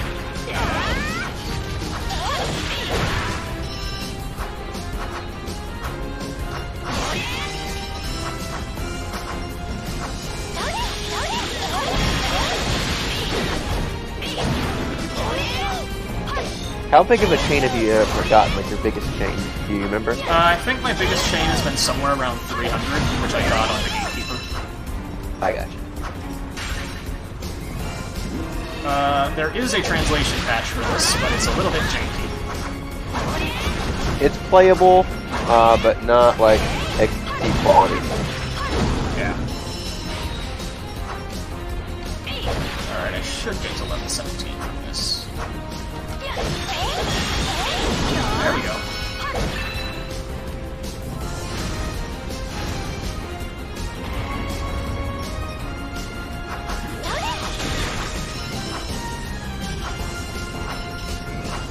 Oh, since you just tuned in, I'll go ahead and recap that it may look like Ravi is ahead of Schtolteheim here, but the routes are slightly different, and there is a little bit of a delay on the stream because Ravi started about 13 or 14 seconds late. So effectively what we're saying is we have no idea where we are.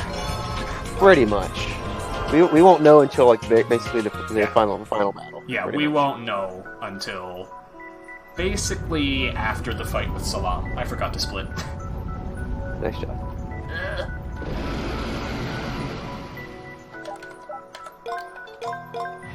Okay, so now I need to go get stuff.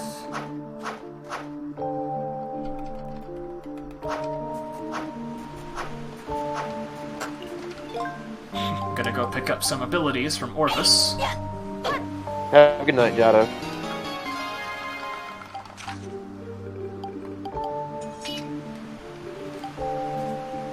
I get the extended combo for one-handed swords, which have different weights and combo strings than two-handed weapons, although it doesn't really matter much since I mainly use two-handed in this run.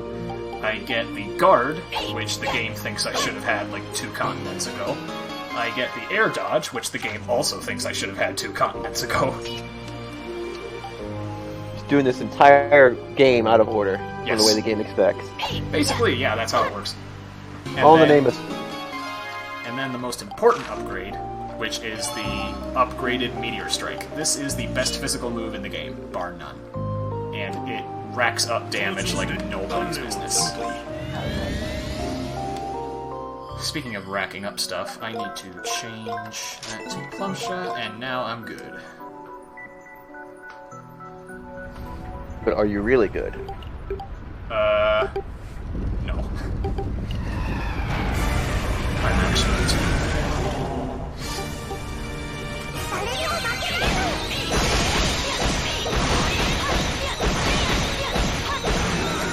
This fight boils down to,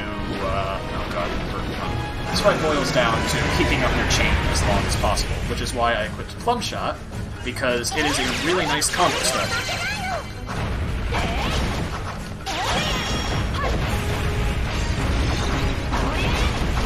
You could use Combo Breaker.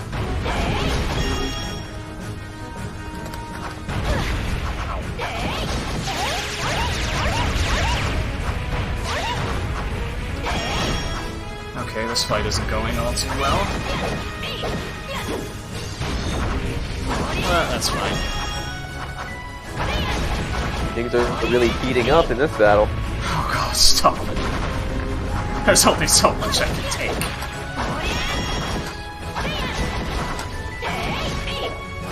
If you can't take the heat, get out of the kitchen.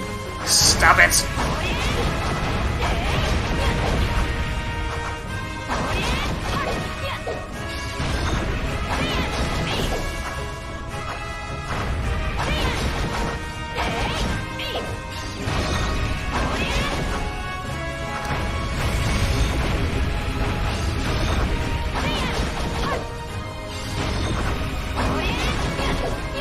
Ravi Okay, just now that fight finished went the pretty ball. smoothly. My White Nova's already recharged because this fight took so long. So now I can just use it again. I said I could use it again. That is the one move I did not want him to use. Okay, this fight just suddenly turned for the worse. Marathon luck. Yeah.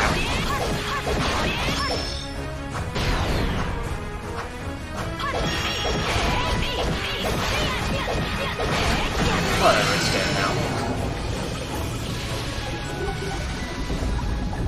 Sucks, I was really looking forward to the time save on that. Oh well. He can do one of 3 attacks there. Look, one that I didn't want him to do being he'll fly backward and just shoot projectiles at you from afar. And I really don't want him to do that because that means I can't get in close to hit his weak point. Hello, Sigma.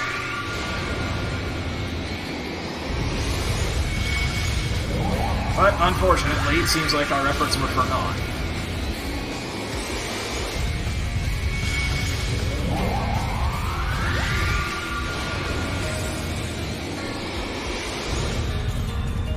I just love it when everything you did just crumbles. Yeah.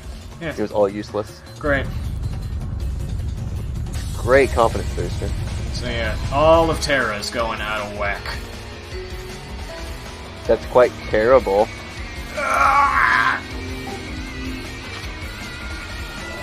Every time you do this, I'm physically hurt.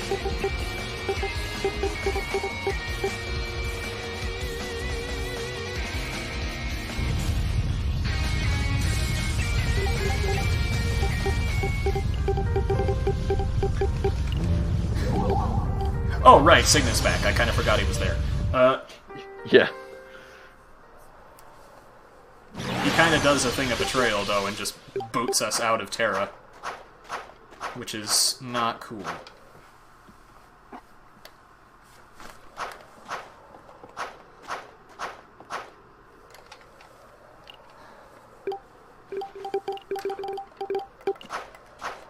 Come to think of it, this place is barren. That and Dorado is dead. Not Ganitor. It's a pretty apt description, frankly. Although I'd still say it looks more like Demise than Ganondorf. he does have a rather strange twist at the end, though. And now Sensei is fighting 3 guys, because that's smart. Yeah. 3 guys who you're supposed to fight at level, like, 26 or something. And we're 18, 19? Yeah, we are 19. Like, I don't know what he is, of course. Ravi is 18, I believe. No, I meant Ormus. Oh. Oh. No, Ravi's 19, okay. Ormus is probably like level 99 or something like that. Yeah. I mean, he does defeat them, but he gets a pretty nasty scar on his face. So now, since the town is being overrun, we have to take Claire and basically gang away. Which means going through this tower again. Yay, reusing assets. Yeah. Totally not lazy at all. Yeah. It's like a Falcom staple. Oh no. Her amnesia's wearing off. She's remembering the magical girl truth.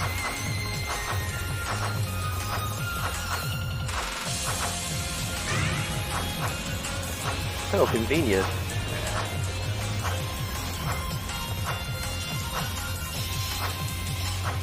Looks like Ravi did a safety save there. Huh. Yeah, I don't blame him. The second half of the run is by far much more difficult than the first. And you do have a generous estimate, so even if bad things do happen. Yeah, based on how these runs are going so far, this estimate's gonna get blown out of the water. Yeah, unless both of you just, like, tank something. Yeah, I don't see that happening, though. Yeah. Like, you'd have to die to, like, the final boss, like, 4 or 5 times. Basically, I have to do what I have to not do what I did in the Zwei run. Well, in my first one. What did you do in your first Y run? I died to the final boss 6 times. Oh, wow, ouch. Yeah. But at least I got to say that my next run PB'd by over an hour. Anyway, getting back on topic, we've got more plot to do. Nayuta can finally go back to Terra since that electrical storm has worn off, and ooh, it is not looking good.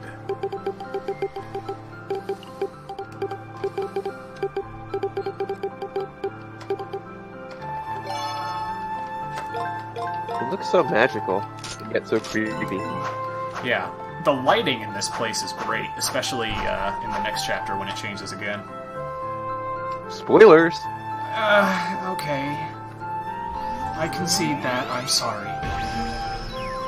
Forgive me, chat, for spoiling the speedrun. This is the next stage we have to tackle, the Central Tower Heliograd, but we can't really get to it yet because there's a ladder. And Nayuta does not know how to climb ladders. Ladder is the true final boss of this game. So we need to get a gearcraft that would allow us to climb ladders. Into Laorg we go to rescue the dudette in distress. So he could teach us, or she could teach us how to climb a ladder. Yes, so she can teach us the mysterious ways of life. This stage is pretty threatening. The only problem with it is that those enemies that I'm killing can confuse you, which reverses your controls, and that's really annoying. So I'm trying not to get hit by them. No bueno, no bueno. Mucho no bueno.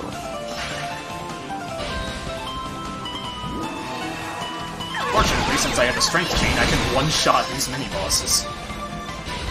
At least it's reversed and not like rotated 90 degrees, that's the worst.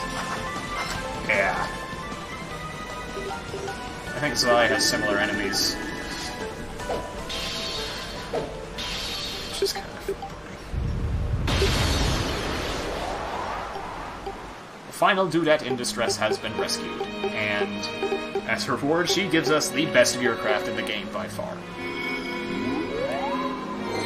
We get Gear Drive, which is basically our dash, and thus the fastest form of movement. It would have been nice if we could have gotten this closer to the beginning of the run, but beggars can't and all that.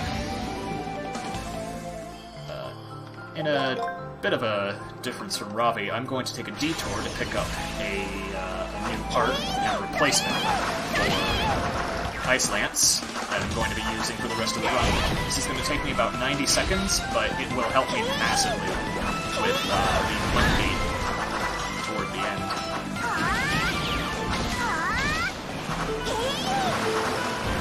We got 10,000 mirror right now. What's the last money gate? 35,000.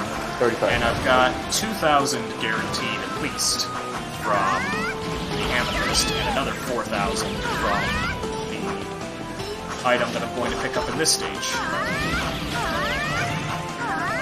Get all the money. Yes. And I turn those in at the beginning of Chapter 6. And we're on Chapter 5 now? Yep, we're on 5.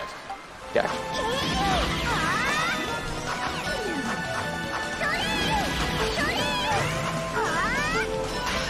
Now I just need to get through this mini-boss without getting hit. Shouldn't be too bad. Whoa! Okay, got through. Now I should be able to take down this part boss fight with relative ease.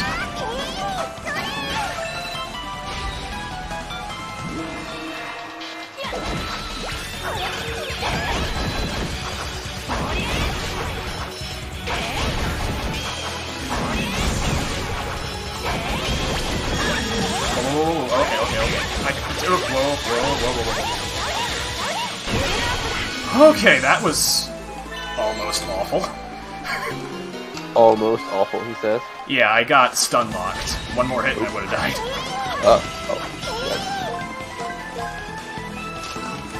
But dying would be very bad, right? yes, that would be very bad. But anyway, on to Heliograd. Meanwhile, Ravi is like already halfway through it. Yeah. But then again, he has 6,000 less guaranteed Mira than I do. And probably in less equipment and stuff. So. I also don't think he picks up the Executioner, which is a temporary one-handed sword upgrade I get in Heliograd Stage 2. But anyway, this stage is all about dashing. You do a lot of dashing all the time. And climbing ladders. Yes, climbing ladders too. This stage Climbing is ladders, basically just... I dash. This is on PSP.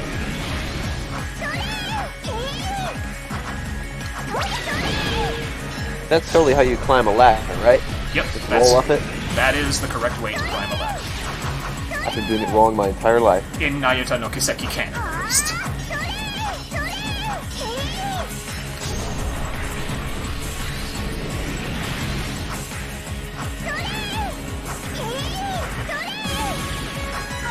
The main problem with Gear Drive is that you can't use it too much because it has a little gauge in the top left. If it runs out, you have to wait for the gauge to slowly refill before you can use it again, which is why I'm doing this sort of stutter motion. Going slow, how dare you? I know, it's a travesty.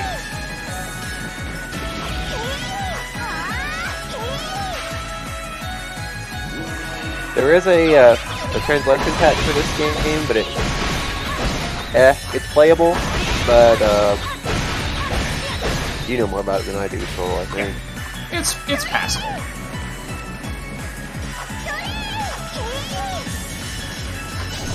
Unfortunately, it doesn't seem like this game is going to be officially localized anytime soon, because Exceed has said that there are a lot of issues with porting it over, so I don't think it's going to happen anytime soon, which is a shame, because this is an incredible game. I mean, there'd be more demand for, like, Alan Zero, wouldn't it? What? There'd be more demand for localizing Ao no Kiseki and Zero no Kiseki first, wouldn't it? Rather than this game? Yeah, there'd be more demand. I just got lost. Wow. Sorry, was I distracting you?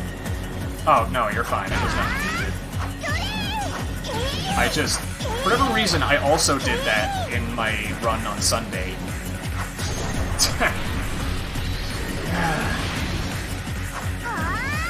Making mistakes. There's one point in this stage where you have to loop back around to the left, and I did it one crystal too early. I know that feel when I started burning the final dungeon in that cold steel. Oh, yeah. That game's final dungeon. Yeah, Sky Final Dungeons are quite the labyrinths.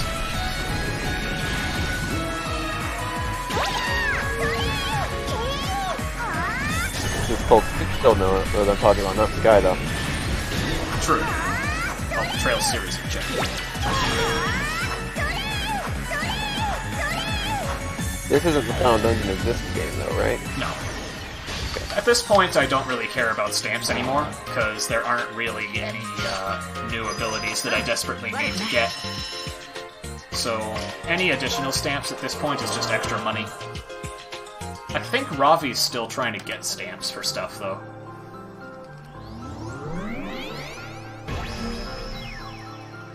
On to Heliograd 2. You know, it looks like Ravi's going to Heliograd 3. Yeah.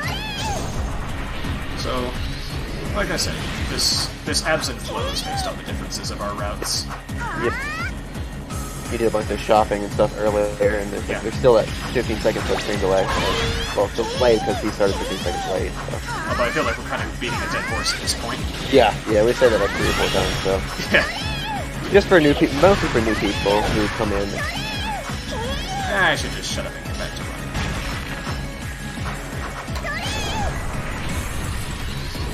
In this stage, there is a weapon upgrade I get called the Executioner, which is a nice one-handed sword that gives me a party strength boost for this point in the game. It is rather nasty, though. You could potentially miss it, because these stages aren't revisitable after you complete the chapter. Missable collectibles.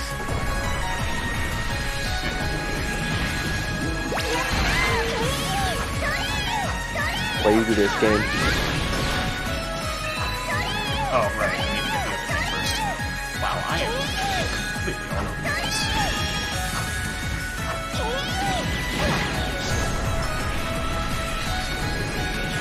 This isn't Spy. I'm not supposed to lose track of where I am. You gotta go fast, Total. Go fast. I'm trying, man. Getting lost is not fast. I know!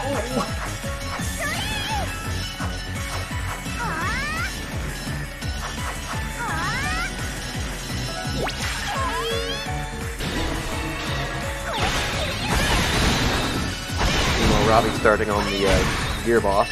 Yeah, he still has the sledgehammer though, so I'm not sure how fast he can do it.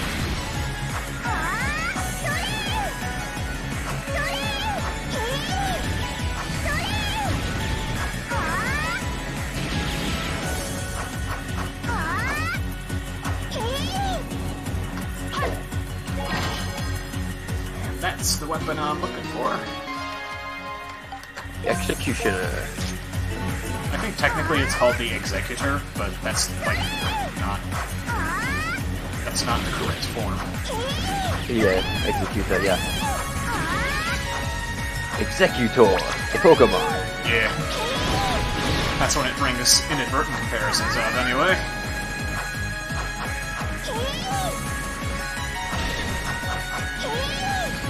By all means, if you have any questions about this game, I'd be more than happy to answer them.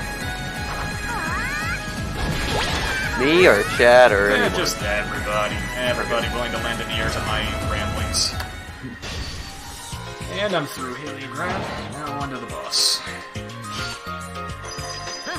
A little lower on money than I would like to be, but I got both the Amethyst and the other thing, so I should be fine.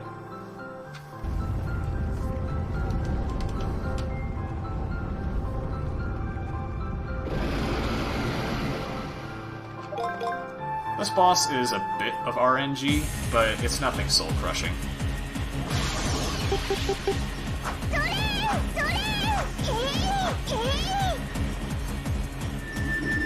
Who's ahead by how much? That's the million-dollar question right now. We don't know. Because yeah, the routes are a little different, and there's a little bit of a delay on Ravi's side. So we really don't know until like when we get to the very end. And even then, we use different strats on the final boss. So it's still a little hard to tell, but you'll be able to tell a little easier then. Yeah.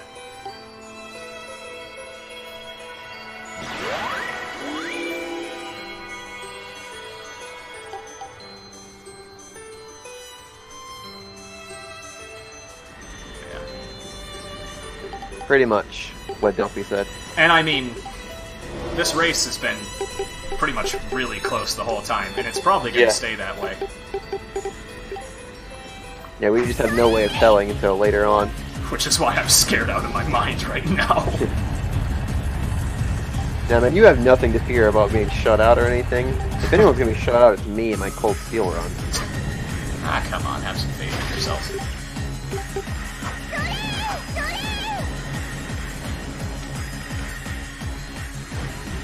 Oh hey, the elevator itself is the boss. I don't know if the East games have a boss parallel to this, but if they do, let me know.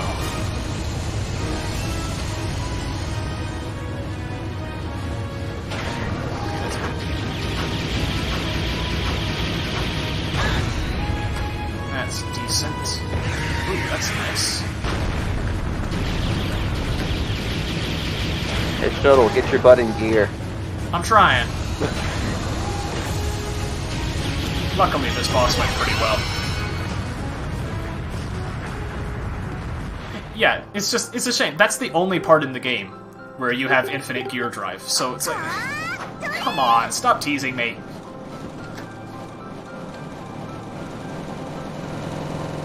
I mean, they kind of had to give you infinite gear drive there. Yeah. For that boss fight. Yeah, but still. It would have been nice. And now for more plot. Claire has unfortunately joined the enemy, along with Selim, who, as it turns out, is actually Signa. The game hastily explains in its slideshow frame rate that Selim and Signa were originally the same person, and that at some point 5 years ago, during some catastrophic event, Selim and Claire's race, the Mythos, were almost completely wiped out, and Selim himself was split in two, one being the original Selim, and the other being the Signa that Nayuta knows as his adopted brother. So basically, when Nayuta is asked whether, when Nayuta's asked the question, its answer is always both. Yes and no. Yes and no. That is Nayuta's favorite plot device. And upon the revelation, we've been chucked out of Heliograd, and, gentlemen, I believe this is the end times. Now we have a long loading screen. Yeah, we've got quite the loading screen here. Still not as bad as the Stellarium one, though. Yeah.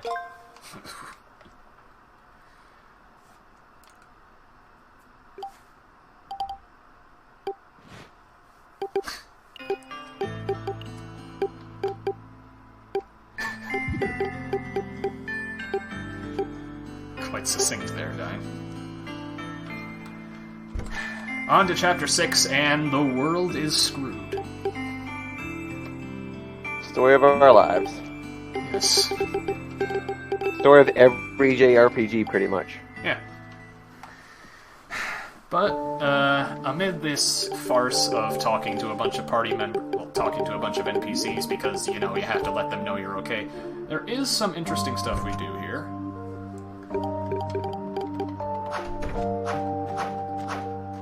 Imagine doing interesting stuff. I know, in a filler segment. Who'd have thunk?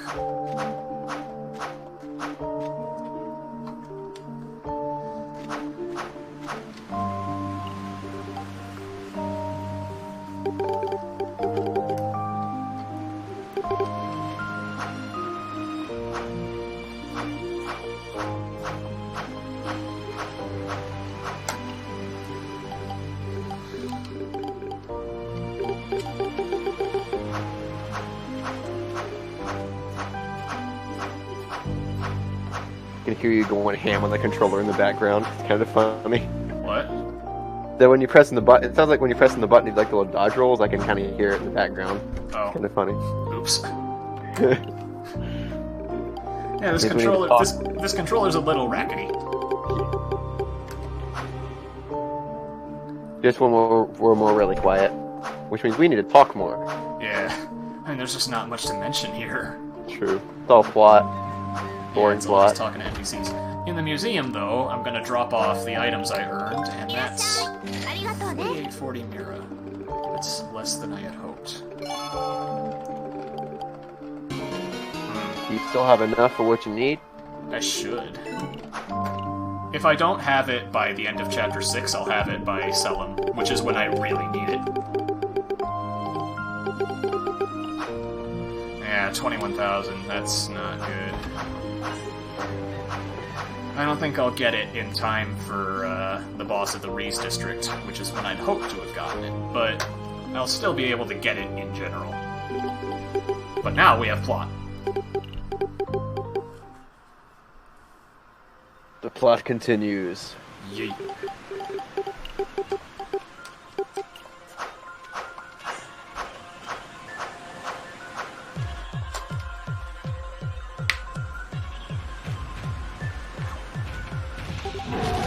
Lyra's second to last appearance in the game.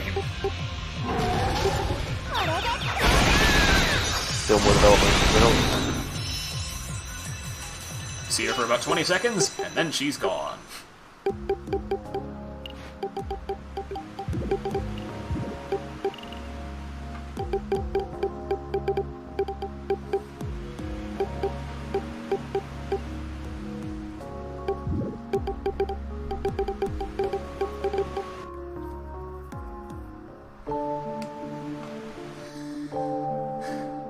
Unfortunately, there is a way back into Terra. Orvis never mentioned this before, but there's actually a teleporter in his room. Which I'm not entirely sure why, but, well, it's there. Why didn't he tell us this beforehand? I don't know. Plot. The other interesting thing we do before heading back into Terra is I'm going to make an egg burger. Egg burger. Yeah, I think that's literally what it's called. Doesn't sound very tasty. I know, it really doesn't sound appetizing in the slightest. But it has an interesting property. When you eat it, it buffs your strength, and I'm going to use that for a sequence break for one of the bosses in this next section of Terra.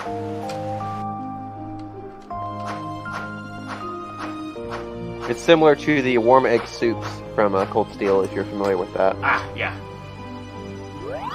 Which we'll be using, I'll be using a lot in my run later. Yeah. Shameless plugs. So we're back into Terra, and it looks even worse. I do really like the lighting effect on those pillars, though. That's really cool. It looks so pretty. Chat stays silent until we mention egg on burger, and then it goes into uproar. No, this game was never released in English, although a fan translation is available. Alright. This is the lost city of Alexandria. Every district in this city tests a specific gear craft that you require. This one tests gear drive, for example. Do you know if you and Ravi do the same route through the different districts? No. He goes through all 4 of the stages first before taking on the bosses. I do stage boss, then stage boss. I gotcha. So yet another route difference. Yeah. Remember that you go a certain route through the district just because it ends up being more efficient for you. Because you get yeah, he just goes standard 1, 2, 3, 4. I go 1, 4, 3, 2. Mainly just for minor differences.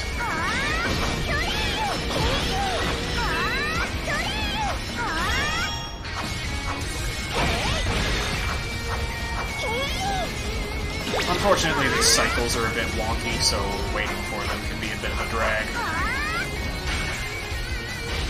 Ravi actually fell right here a minute ago. We fall a lot in here. It's deceptively easy to fall off in these stages. Gravity OP, please nerf.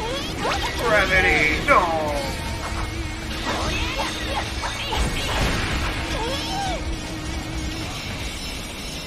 Alright, pretty standard Old District. Not particularly good, not particularly bad. Now on to the Old District boss.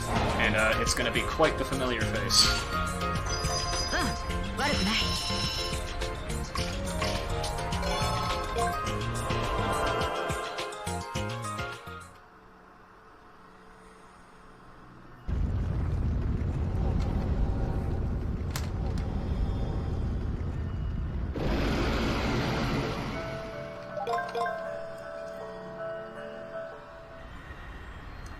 The main objective of going through Alexandria is to get counterparts to the Master Gears, called the Stellariums. And we do need to fight one boss for each district in order to earn that district's Stellar Gear. Unfortunately, I'm a tad miffed at what exactly the bosses are.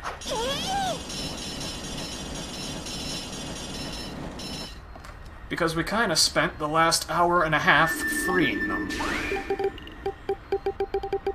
Yeah, way to repay our gratitude. Thank you, Geo. You're a massive help. So we gotta fight his crazy beast form. And guess what? If we have to fight one of them, that means we gotta fight all 4 of them, right? Yeah. And, wow, he doesn't want to cooperate at all. Okay, now he's cooperating. imagine, boss is cooperating. Yeah, I know. The one thing that hasn't happened throughout this whole run. Okay, what should... There. You basically just gotta knock him down during this phase, and when you do knock him down, you White Nova and completely demolish him. That's why you went out of your way to get White Nova earlier. Yep. So you...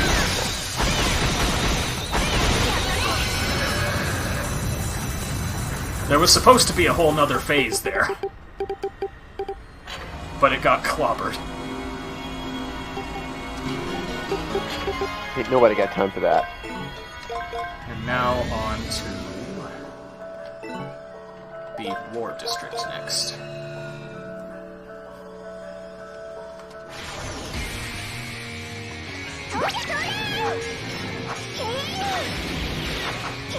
I'm making liberal use of fire hopping in this stage to try to minimize taking damage.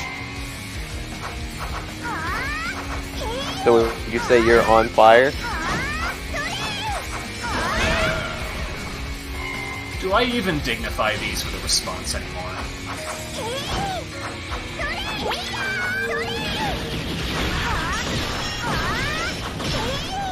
I'm also just killing whatever I can along the way. You said you've been running this game for a year, you said? Yeah, about that. I don't know how long Ravi's been running it for, but I've seen, I've looked and I've seen speedrun records dating back to like 2014. Wow. So, apparently this game has had runners at some point, including, Kanayami, but he is no longer active. He's just commentating on the Japanese side, I believe, right? Yeah, I think so. If there is a Japanese restream for this. I'm assuming so. Most likely, considering, I mean, this is a Japanese game. So, this is probably pretty popular with the Japanese folks.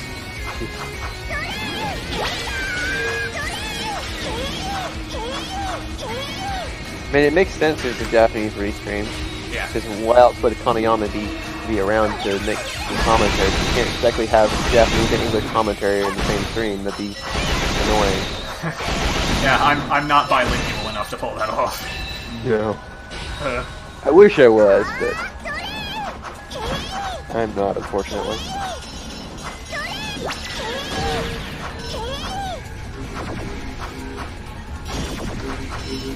So my question would be whether the restream is just for this run, or if it's for like the whole Presumably marathon. for the whole marathon. That'd be cool. And that was a pretty standard war district. Now on to the boss, who hopefully will cooperate more than she did in my last run.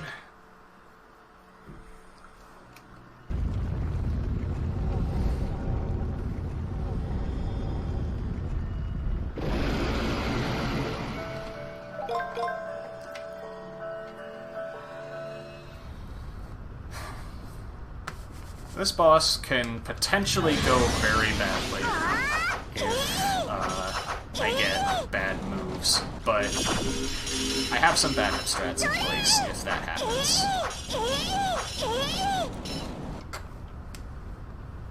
I wonder how many of these games in the marathon are actually going to be run on Japanese. I'm not sure.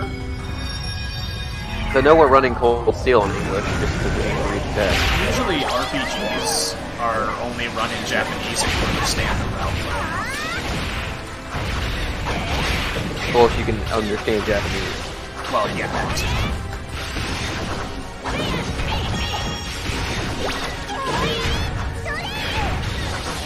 Okay, It also depends on how technical the route of the game is in terms of needing to read. Yeah. Okay, she's cooperating so far.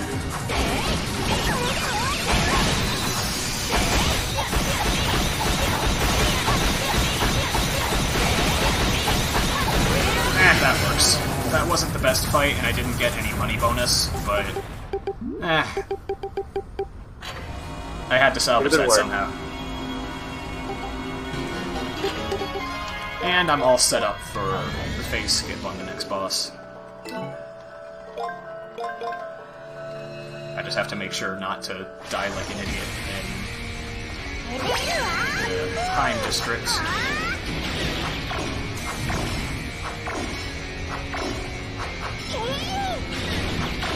I have a rather dumb propensity to just careen off cliffs through sheer impatience. I need to stop. Or that could happen. No fault of my own. Alright.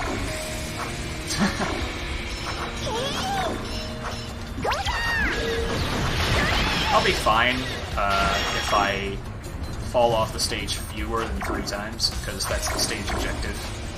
Okay. So, as long as I get that, and I get the money, then I'll be good to go. I'm also going to need to be on the lookout for stage items, because...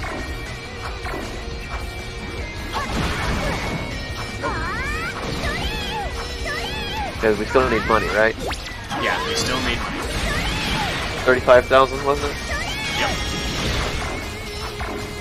And that's for the big giant sword, right?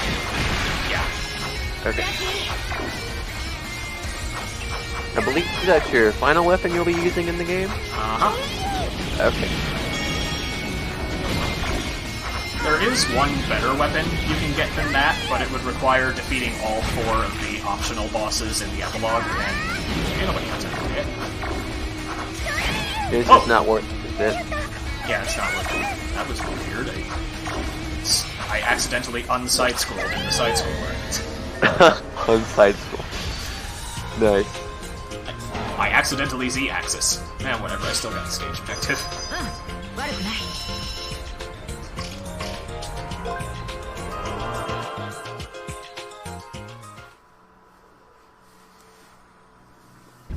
And now for the Heim District boss.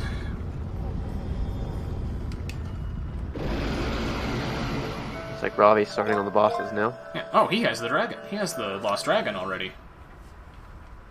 That's interesting. I don't know where he got all that money from. I haven't been paying close enough attention to him, unfortunately.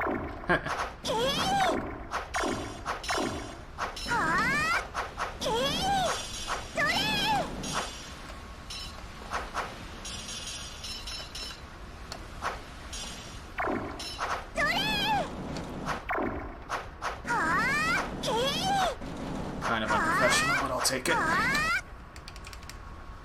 Alright, here we go.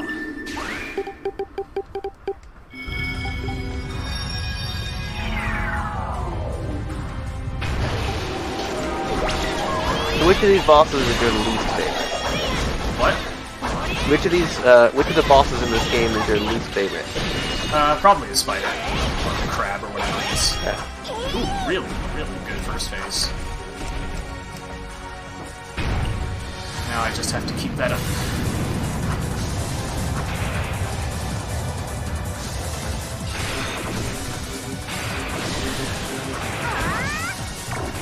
Nice, nice. Ooh. That's cool.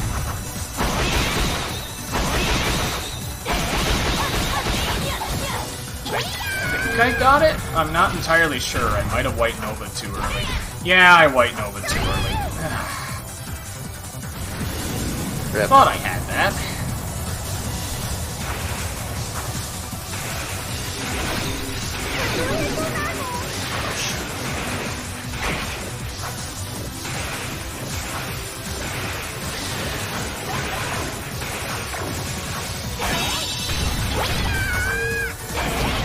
Yeah, this is gonna lose me a lot of time.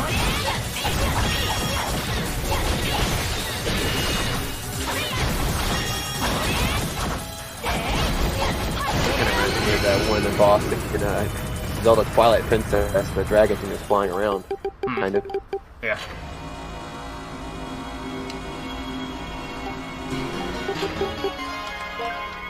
Alright, on to the final districts.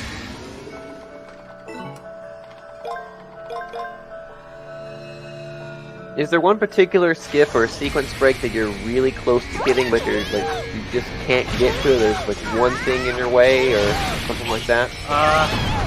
It'd be really nice if we could find a way to load different maps of the Star Garden, because those have different loading zones into Alexandria and Speedrun, but we've yet to find any way to trigger any sort of bomb warp, so it's probably not going to happen. But that would be our golden grail, so to speak.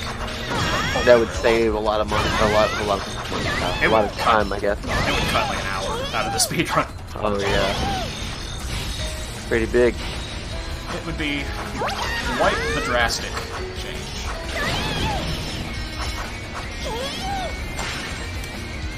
Okay.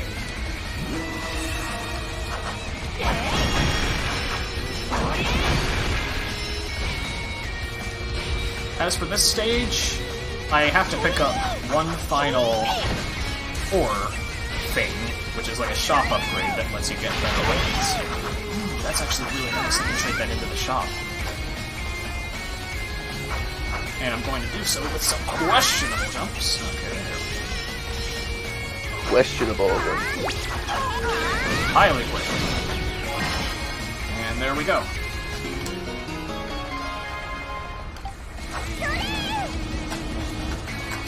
Now I just need to wait for the platform to cycle back, which is annoying.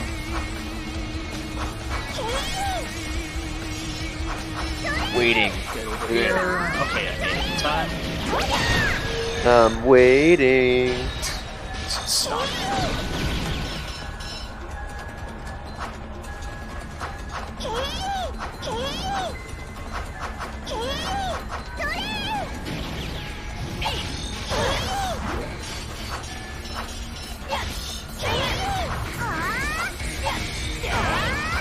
The rest of the stage is mainly just breaking all these blocks, because this is the gearbuster part of Lexandria, and of course it has to rub that in your face by making you do the same thing 10 times. Repetition.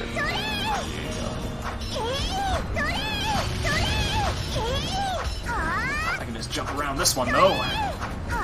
They have to make sure you know what you're doing. Yeah. You just gotta. Oh, I got the money objective, though. That's actually not very common. Nice. So would you say you're golden now? I don't know. I'm probably not gonna get enough, I probably can't get enough money from that drop alone to get the Lost Dragon, so I'm just gonna head into the boss fight now. It's a little suboptimal, but nah. Pretty much my only option at this point.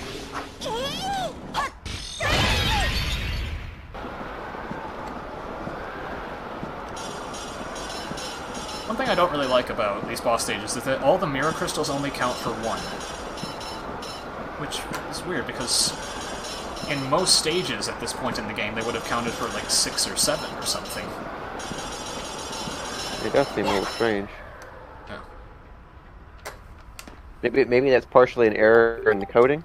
Maybe, or just it might be that since there aren't any enemies technically in the stage, Falcom just said, this isn't a challenge, we can't give it challenging mirror crystal levels.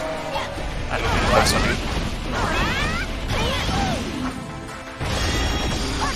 There's a guard there, I can get his strength up. Okay, she's charging already, that's good. I have to recharge though.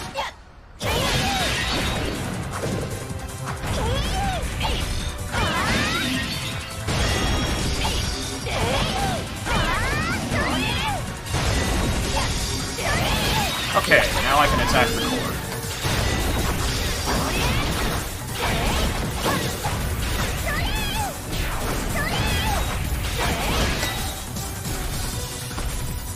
Did you say the other day that the shield on the core is only vulnerable to a specific weapon, or did I misunderstand? It's only vulnerable to the gearbuster, which is why I've been breaking all of those ice crystals around her with it. Yeah. It's just the only thing that's effective. But then once you break that, then you can attack the core with anything, right? Yeah. Which is why I'm gonna blow it up with White Nova once I get the chance.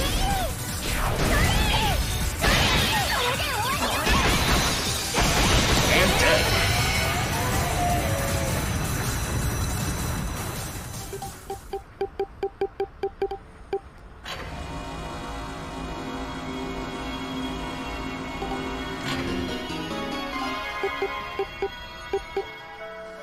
looks like Ravi and I are pretty close again now.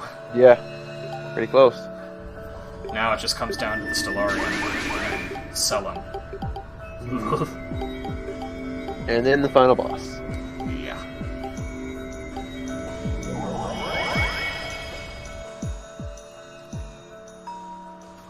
Oh, this is where Ravi gets his, abilities. Alright, that makes sense. So all the abilities he skipped, like Meteor Strike and all that? Yeah, this is where he's getting all of them now. I got you. Alright, can I get 35,000 euro? We're getting close-ish. Should be around 3 hours. The estimate's really generous. 35,500. Alright, I can get the Lost Dragon now instead of getting it in the Stellarium. That's the one thing I was really worried about. The estimate was made early on, it's like several weeks ago, and then in the time between then and now, they've improved their PBs quite a lot. Yeah, we have grinded this game to oblivion. So it's probably gonna, the runtime's probably gonna be around 3 hours-ish. Yeah, my PB is around 3:10, so that gives some context toward it. I'm about 3 minutes behind it right now.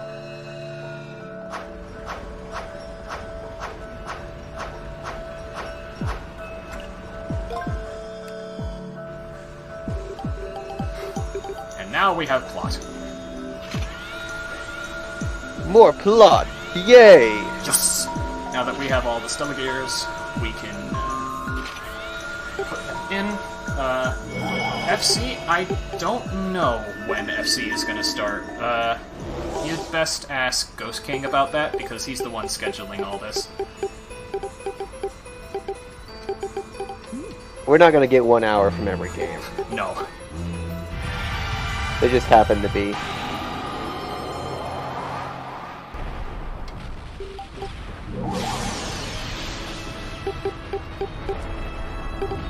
I mean, we can probably move FC up a little bit if everyone is okay with that. Yeah, we probably could, as long as Captain's awake. Captain's awake and well, Ghost King's okay. I mean, he'll definitely be awake. I think it starts around like noon-ish his time, just as if he's ready. Yeah. Okay, thanks, Delphi. Yeah. We also have to let the other people after that know that they're running ahead of schedule. Yeah, so it has unfortunately been revealed through plot that the reason Claire has joined the dark side is because there was a catastrophic event 5 years ago in which half of the Earth was pulverized by some massive war between the humans and her race, the Mythos, thus wiping out nearly all of the Mythos and leading everybody on Earth to believe that the world is flat. As we said earlier, when Nayuta is asked a yes or no question, Nayuta says both. Why not both? Woo! Is the world flat? Schrödinger. Yes and no.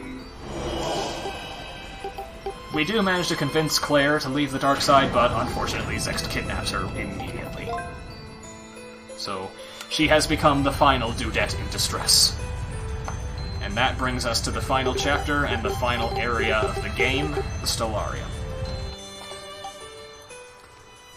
The question is she waifu? Just stop. This is the longest stage in the game, and by far the most technical. There are a lot of neat little tricks you can do here and there to speed up the stage, so I'm going to try my best to explain them as I go, but it might be a little too hectic.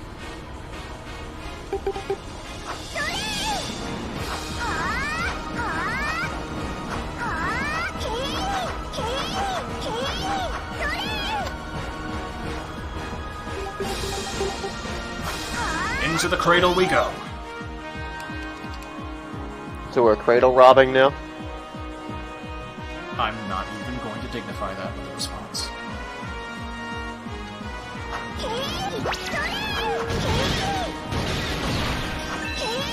First little trick you can do here, you're supposed to press a switch. Nayuta says no. The next one is much more difficult to perform, so I'm hoping I can get it first try.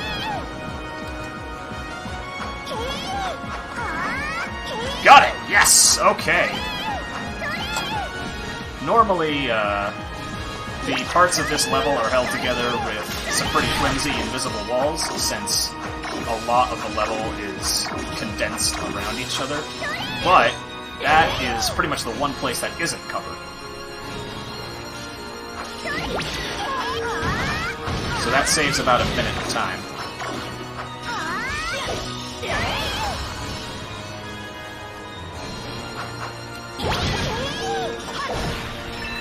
Oh, of course now I start getting item drops. Thanks, game.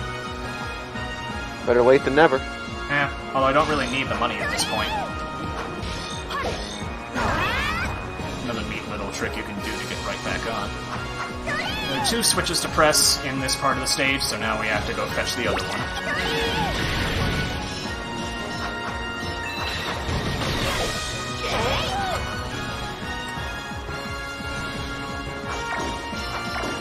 Oh, looks like Ravi got it. Nice. Is there any more menuing that you do, or you just pretty much straight shot the final boss now? There is a little bit of menuing I do in After Story, but it's not really notable. From here to Zext is a straight shot, though. Okay. You know if Ravi does any kind of significant menuing in the time? Ooh, Ravi just fell. Not very polite. He fell twice. Ouch. Again, not very polite to point that out. So, you might want to extend. Because to be fair, if we pointed out all the times I have fallen in this run, we'd be here for 6 more hours.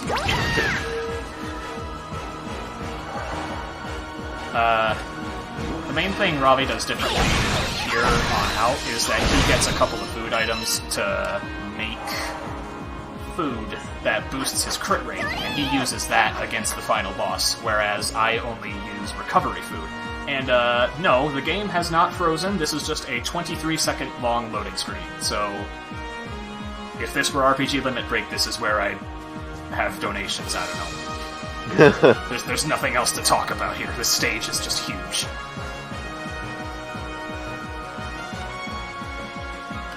Okay, second half finally.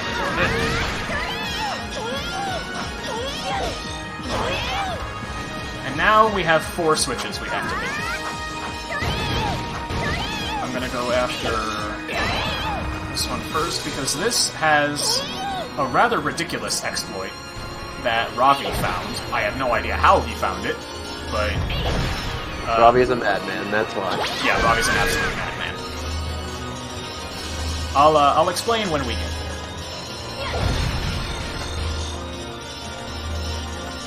Thank you for the words of encouragement, Pikuri. Anything to help calm my nerves. Because I am a nervous wreck right now. Nah, man, you're doing fine.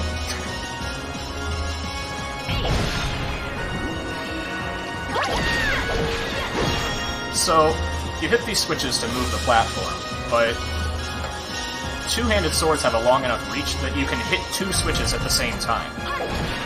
Like that.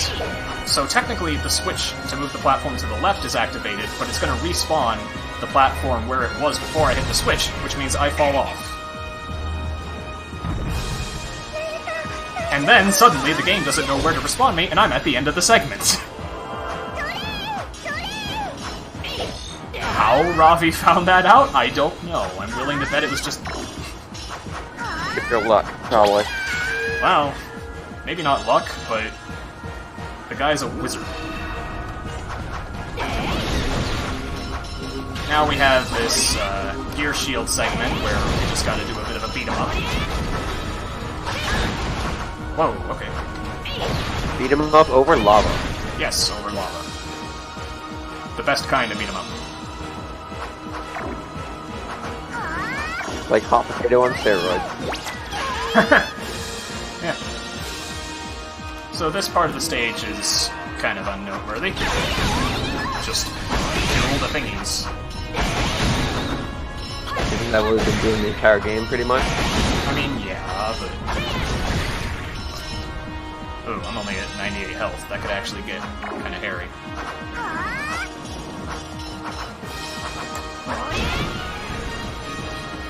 Alright, that's 2 switches down, 2 to go.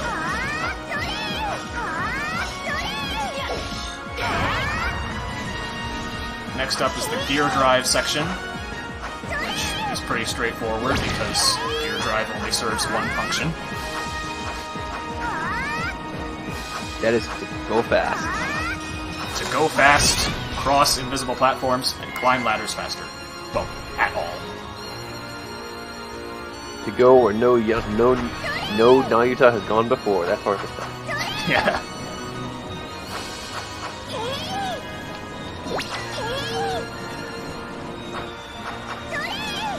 There is a safety strat you can do by getting that treasure chest over on the right, which contains a really nice pair of leg guards. But, I'm insane, so we're not going to get them. The question is whether you were insane as Ravi. That's a pretty high bar. He's one of the best in the business.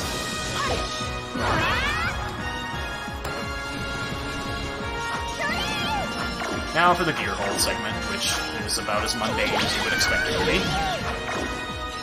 The gear hold is the grappling hook thing? Yeah. Grappling hook with limited use. Yeah. I can't remember what all the names of it was. All the things you got. Make sure everyone else is also up to speed on it too. Yeah. Because I understand not everybody's been here for the full 3 hours. Yeah. Which is completely understandable. Yeah. 2 hours ago, half this chat probably didn't even know this game was a thing. So, yeah. I kind of like that about running obscure games, though, because there's just some element of mystery to it. Yeah. Especially when nobody's routed it before. It's kind of a double-edged sword when you have a new game that hasn't been routed before. You have the fun of being able to figure out the new route, but then again, you also have the downside of there's not been anything there before, so it takes more time. Yeah. It's an interesting trade-off. It's part of the reason why I routed Sly. Yeah. Okay, now for Selim. This fight has a very, very, very good chance to kill me. Looks like Ravi got those safety boots. Ah, yeah, that's understandable. Marathon safe, after all. Yeah. Especially with his strats. Yeah, he goes completely ham past this. But now, it's time for the hardest boss fight outside of the epilogue.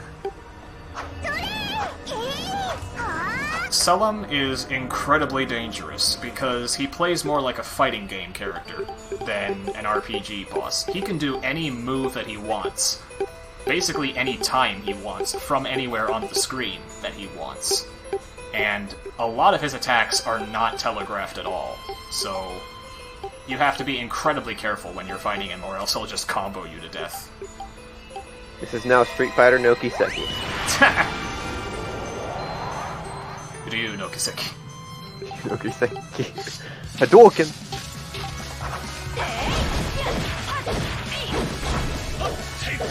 There's also a neat little duality between Claire has one half of the wing and Selim has the other half of the wing. Yeah, that's a neat touch. Whoa, okay. That was dangerous. Let's get dangerous. At half health, he enters a pinch mode, where he gets dramatically increased defense, and he has the ability to whip out a massive combo attack that can basically one-shot me if I get hit. It's also worth noting that you don't have noise here. Yeah, you don't have noise. But you've had like the 90% of the game so far. God, oh my god, I didn't even take damage. That is the best Salam fight I could have asked for. Wow. No hit run. Yeah. I don't think I've ever done him damageless. Nice. Now we've got a big, lengthy cutscene where he goes back to your side after a huge spiel about morality and the mythos and stuff. Unfortunately, Zext is here to ruin our parade.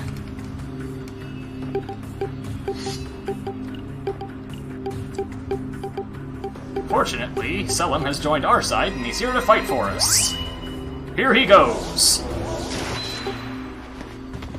Well, that didn't work.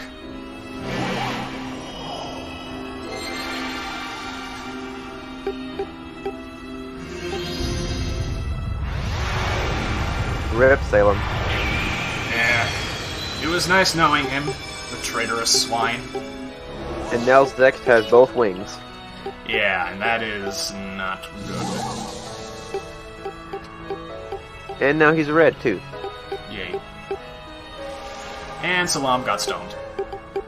Selim, Salam, I don't know. Falcom romanized it as Serum, but that's a stupid name.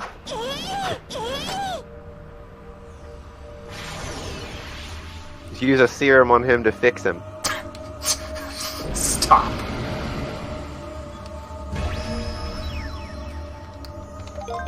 On to the final stage. Casually, this stage is kind of boring, but it has some neat stuff you can do to speed it up. Namely, careening yourself off a cliff. That sounds totally safe. I know, right? Marathon safe. I just need to get this right. Got it! Okay. That jump is quite a bit more difficult than it looks. It requires a really precise angle, and if you go too far toward the edge, there's a nasty little bug that can happen where the game eats your single jump and hands you a double jump instead. So that's not kosher.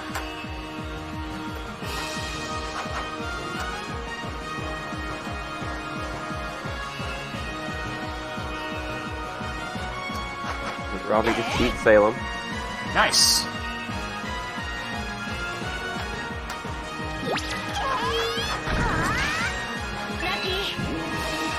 Quick mini-boss fight here. It's the same dragons as before, except they're white. Oh no. Blue-eyed white dragon? I actually don't know what their eye color is. That might be true.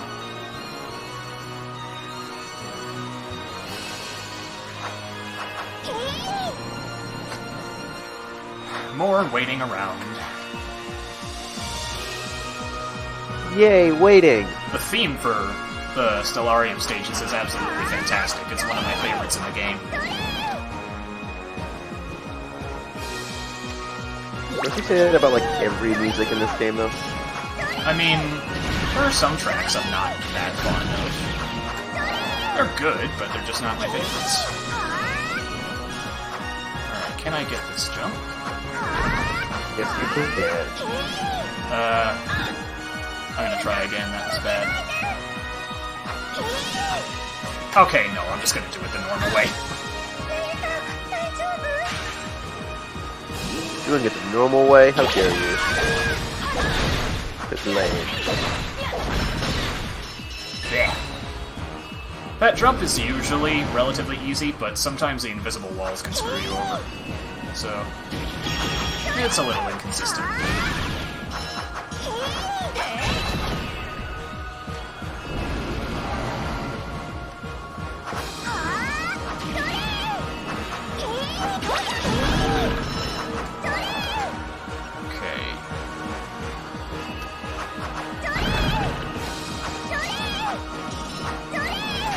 Mini-bosses.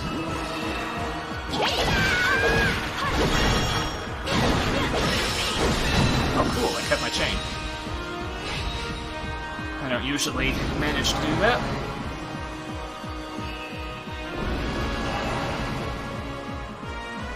Actually playing good? What? I know, it's such a rarity for me.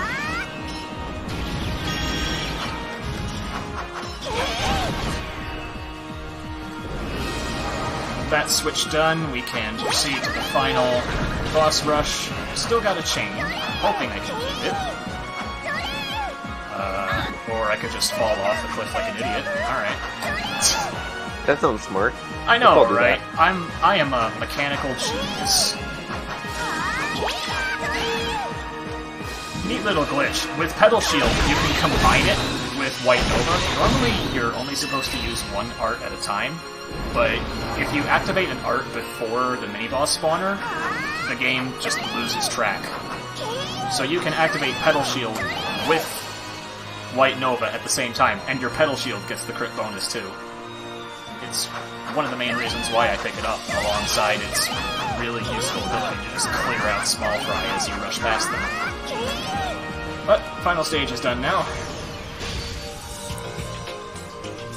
Wasn't exactly the cleanest final stage I've ever had, but it works. And with that, it's on to the final battle of the regular story.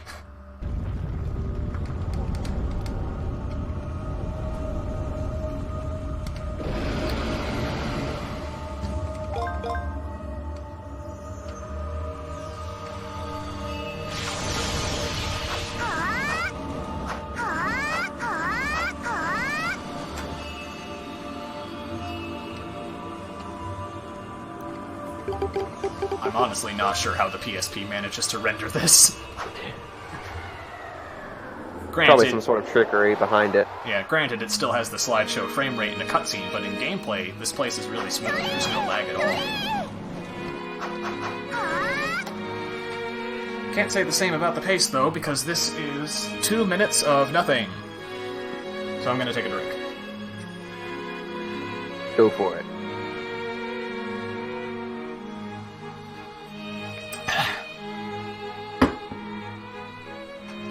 Just in time, alright.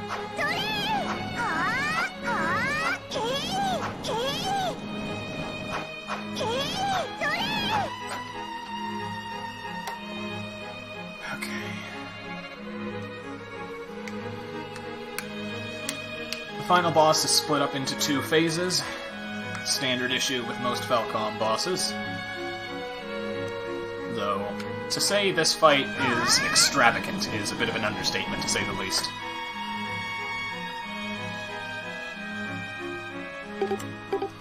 Unfortunately, Claire's got stoned too. Everybody's getting stoned. Yeah.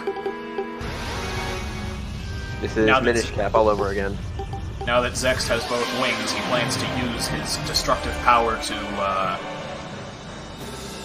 I don't know, I actually kind of forgot. Oh, right, blowing up the world with a giant laser. Yeah. Now we're Final Fantasy VI. Because humans are evil or something. Literally Final Fantasy VI. Yeah. Phase 1 is pretty simple. It mainly just depends on where Zext spawns, so... Okay, he's out of the way.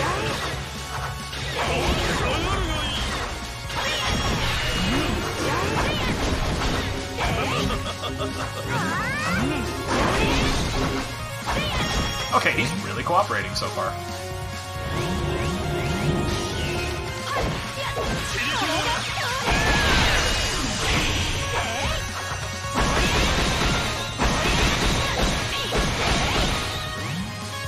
Alright.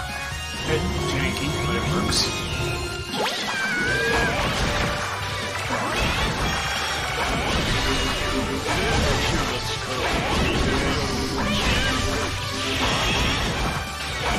Alright, that was a decent phase 1.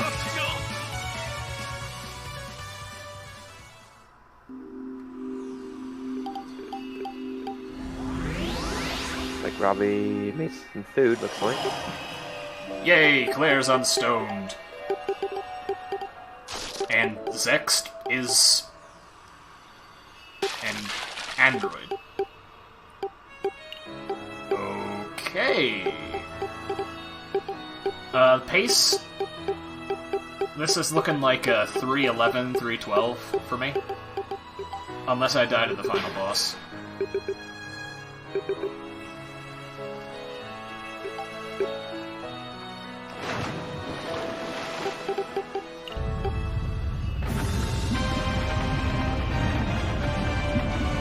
And it turns out Zext was actually this thing.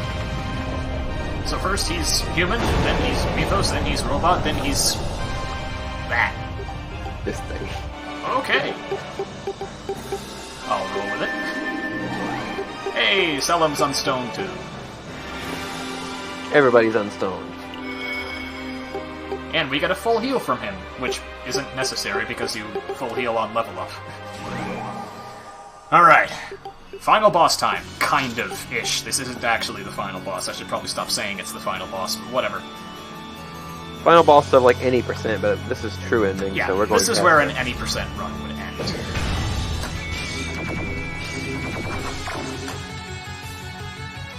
Not to Ravi's eyes, though. Yeah. Okay, here we go.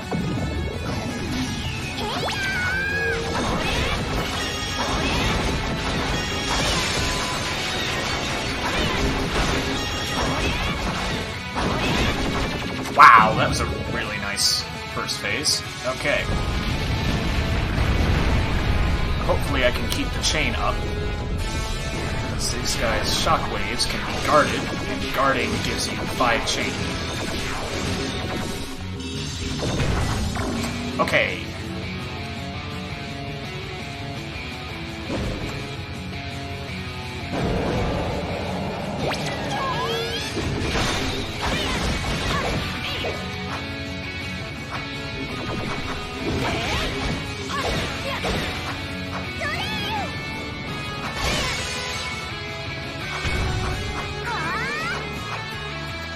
Alright.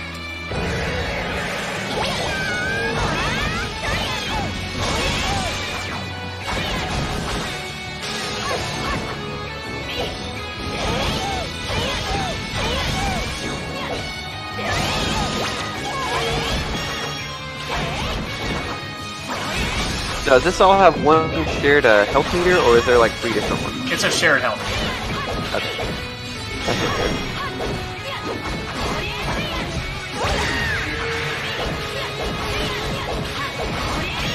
Okay, on to the last phase. The last phase? Well, the last phase of this fight.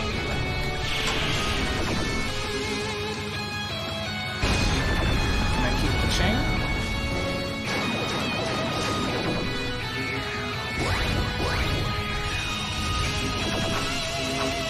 No.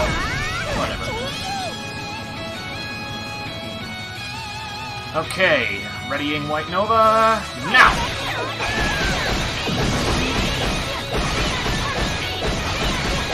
And Zext is down. 80% is complete. Yeah. Would have been pretty good, too. That'd been like a what? A 253? Yeah, 80%? I think it was 253.34. Which is actually better than my current any percent record, because I haven't run any percent in months. Yeah. So, Zext has perished. Claire and Selim are back to normal, but the planet is all wonky. You could technically count this as... If this doesn't PB in True Ending, you could technically count this as an 80% PB. I don't like to do that, because I like to get the in-game time from after the first credit scene, and I don't really do that. Okay. So, we need to figure out a way to get the planet back to normal. And we've chosen to sacrifice one of our own. And in this case, RPG faction. and in this case, it's Noi. Yeah, she was annoying anyway.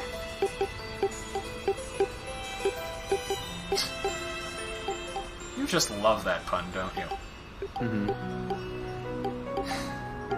So, bit of a sad farewell scene. Everybody's saying their goodbyes, because Claire and Selim are going back to live on Terra. Nayuta's going back to Earth, or whatever world this is. And, well, just sad times all around.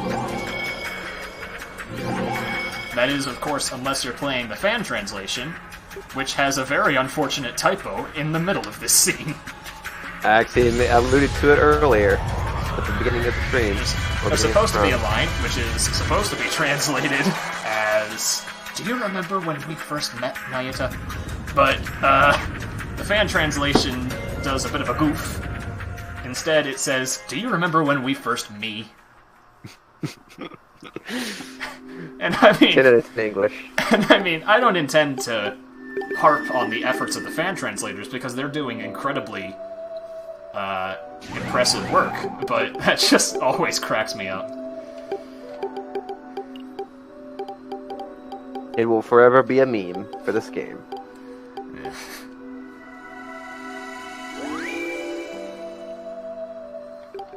And with that, we have the first credit scene.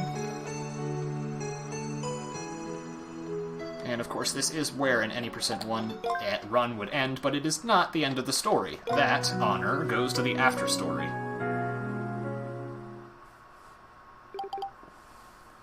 One year after the events of the main story, Nayuta is actually getting somewhere with Lyra to the extent that they're having a date. Who would have thunk it? Yeah, I know. The whole childhood friend trope didn't blow up in his face. They're actually getting somewhere. More than can be said for another game.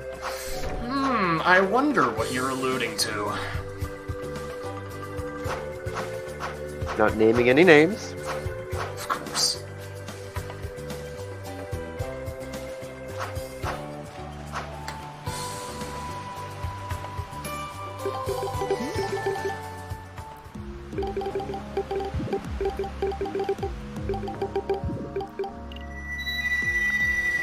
So, unfortunately, you know that whole trope with Lyra always getting interrupted by Noi? Turns out it still applies. Noi's back, baby! And surprisingly, she's less annoying this time.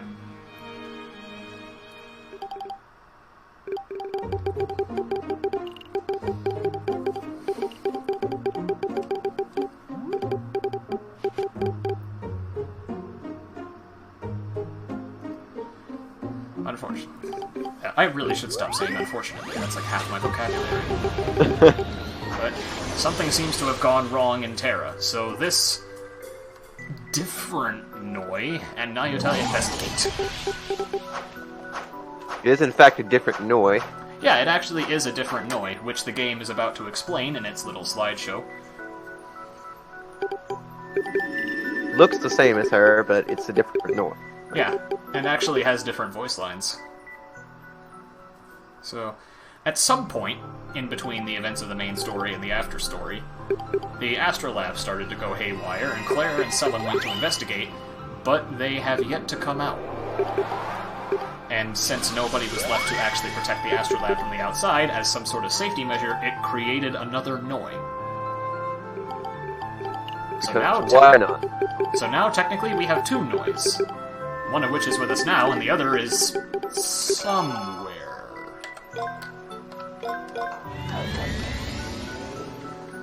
So, we need to head into the Astrolab to fight whatever is keeping Claire and Selim captive. And the interesting thing about this part of the game is that you can enter the final bosses at any time.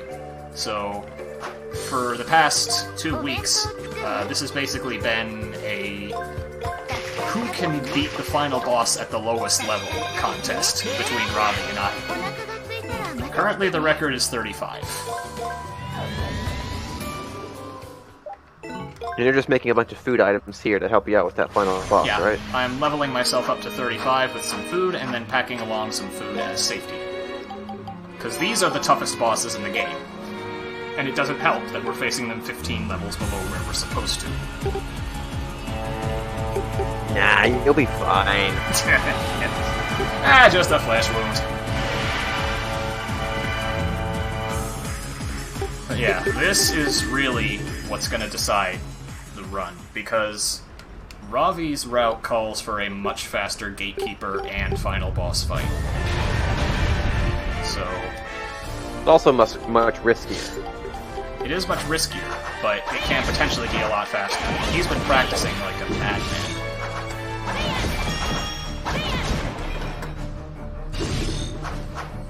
This first phase is basically guarding and more guarding. You need to keep up your strength chain as long as possible, because without it, you deal pitiful damage to this thing.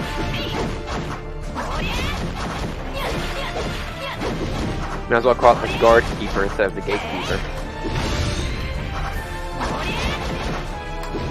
Fortunately, unlike a lot of other Ys games, you have a pretty lenient guard window, so...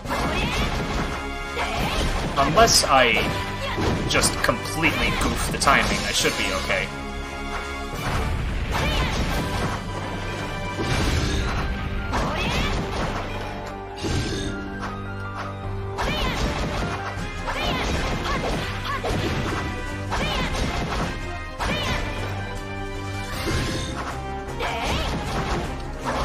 Being a little quiet here, maybe focus some time. Oh, you can talk. I'm just kind of running out of things to say because... It's been 3 hours. Shoot. That's not good. That's a lot of damage. He almost sawed my health in half. Ouch. And you lost the chain, too. Yeah, I lost the chain, but fortunately I can get it back up pretty quickly.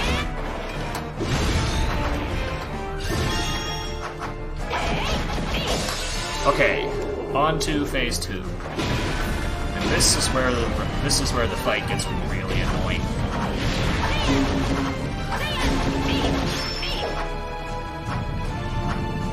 He's got a bevy of attacks, a lot of which have really wonky hitboxes, so actually dodging these can get pretty difficult sometimes, especially in phase 3. Fortunately, those bombs aren't too much of an issue, and neither is this laser, because it's easily jukeable. Like that.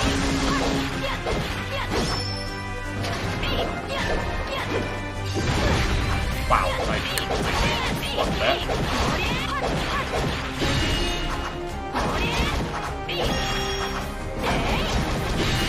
Stop making mistakes, Shuttle. I'm trying.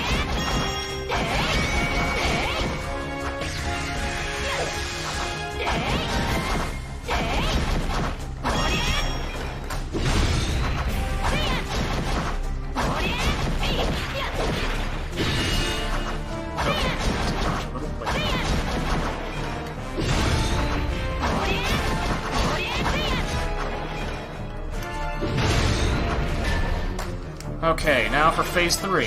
Suddenly, the floor is now fire. The floor is literally lava. These things don't deal that much damage to you on their own, but they can disrupt your chain, and that makes them incredibly annoying.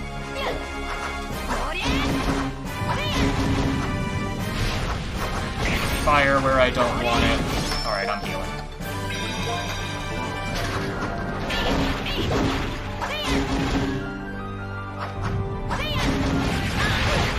Ow! Go safe for that. Marathon on safety.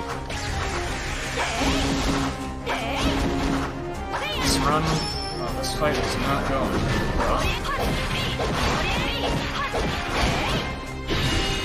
Looks like Ravi going back to the counter effect that thing is not going on for the shopping. Wow, that was... Whoa, okay, I have to heal again.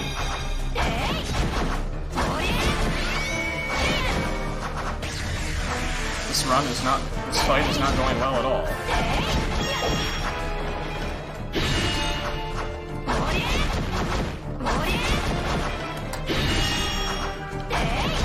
Happy thoughts, Shuttle, happy thoughts. I'm trying.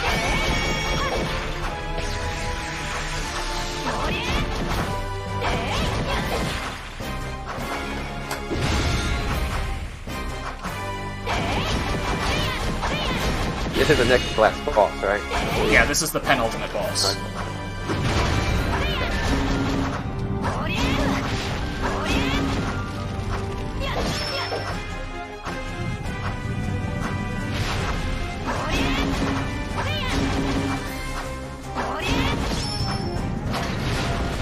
Oh, okay.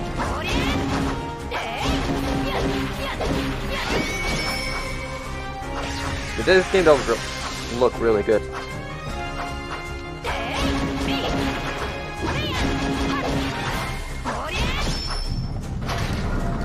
I got those despawned.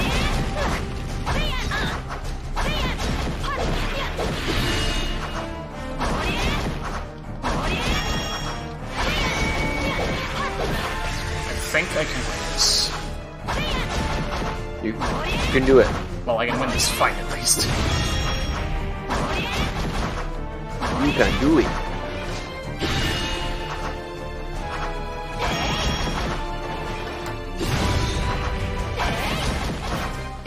Ravi just started in the fight.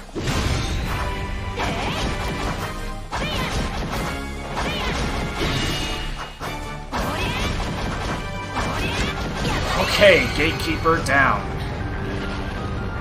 Nice. Oh.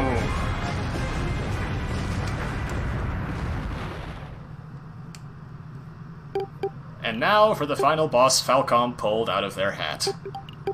The final boss of Nayuta no Kiseki is Noi.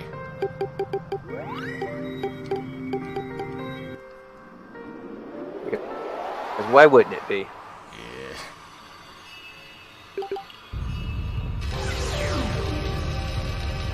She is quite imposing. So the main gimmick of this fight is that you can't damage Noi directly. Instead, you have to launch these enemies at her, and the explosion that they generate will damage her. And the explosion they generate is based off the damage you use to this.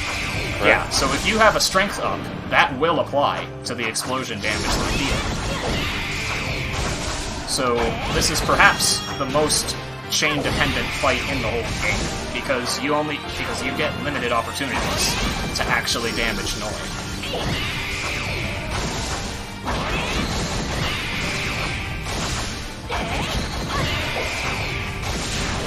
Okay. Every 5,000 health she loses, she changes phases and gains a new arsenal of attacks, and this one is pretty obnoxious. Ah. It's the ice war, right? Yeah, this is ice.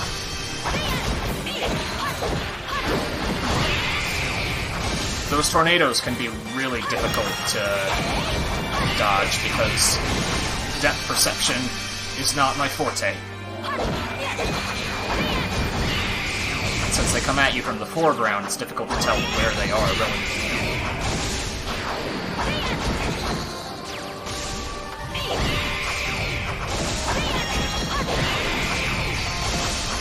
Whoa, okay. Okay, on to the next phase, and by far the worst one. This is the fire phase, and true to form, it's got fire all over the floor.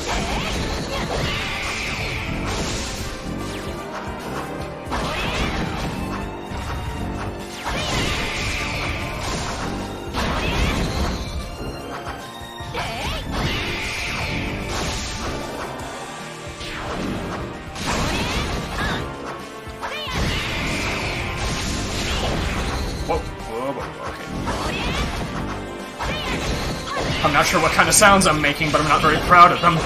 Well, okay, oops. I am panicking! Schtolteheim win.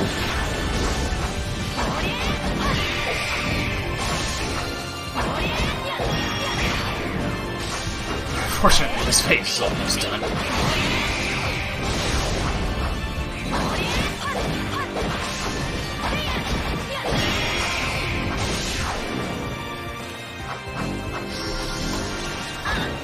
Oh, come on, that hit me.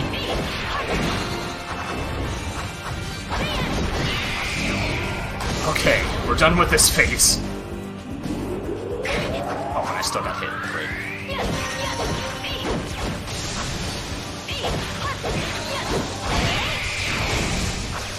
This last phase has some pretty nasty attacks, but it's nothing compared to the previous phase.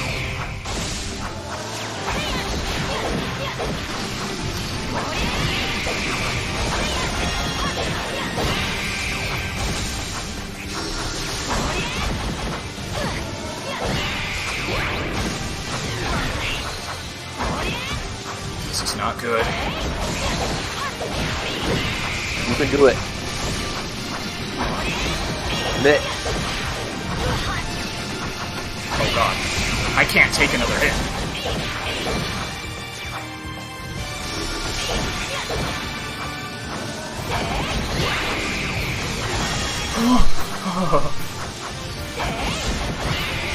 Go time.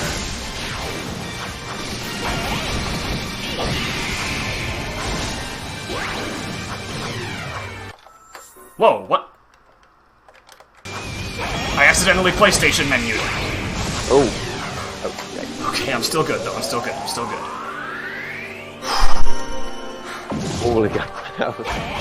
She's still gonna throw attacks on me. I just need to dodge them.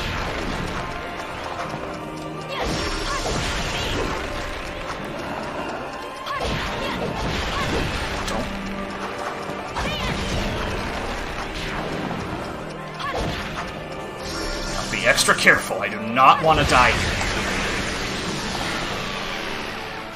Just got one thing left to go.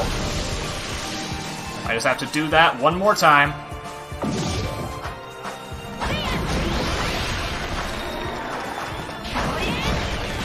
Wait for it? Okay. You got this.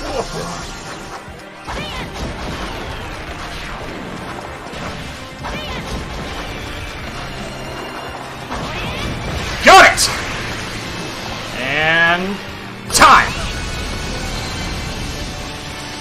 Nice. Jesus!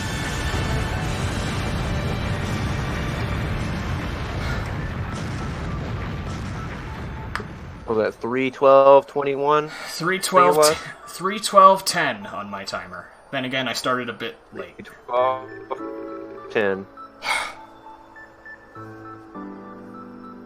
I have no time idea. for Ravi, it looks like. I have no idea why I played that fight so poorly, but I'm just glad I survived. Ugh. Yep. Ravi. He's still in the noise. Yeah. Really? Come to think of it, his Zext fight was really tense, so...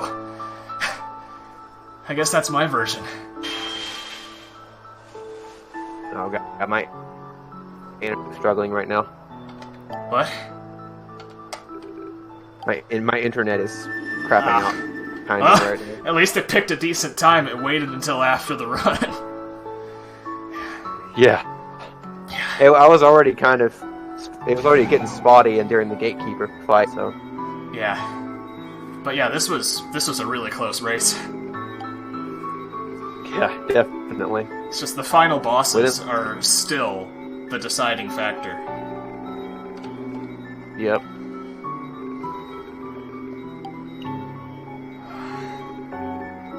Yeah, I'm just gonna wait until Ravi finishes.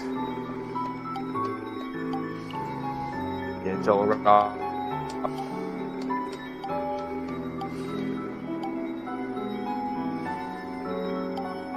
I think aside from the final boss, he had a pretty good run. It was okay. For a marathon, I mean. Yeah. Yeah. I think I have a bit of an improper frame of reference.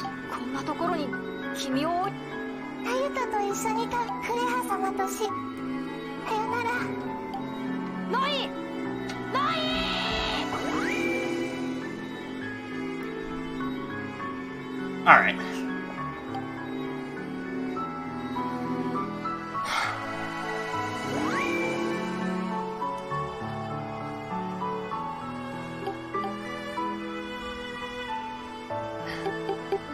Thank you very much. And thank you to Delphi for helping with restreaming. Thank you to Ravi for agreeing to do this with me basically out of the blue. Mm-hmm. Thanks to Ghost King for setting all of this up. Thanks, Zunar, for helping me with commentary. No problem. It really highlights how much of a team effort this is, because... Yeah. I mean, on my own, I'm just some weird, weeb Japanese speedrunner, but as a community, we can do some pretty interesting things. Yep. So, I'm gonna let the ending play itself out while Ravi finishes. thank you very much to everybody in the chat for tuning in and putting up with my idiotic ramblings for 3 hours. And that is Nayuta no Kiseki. So, thanks for watching. I hope that perhaps this motivated you to try out the game yourself. And with that, take care. Bye-bye.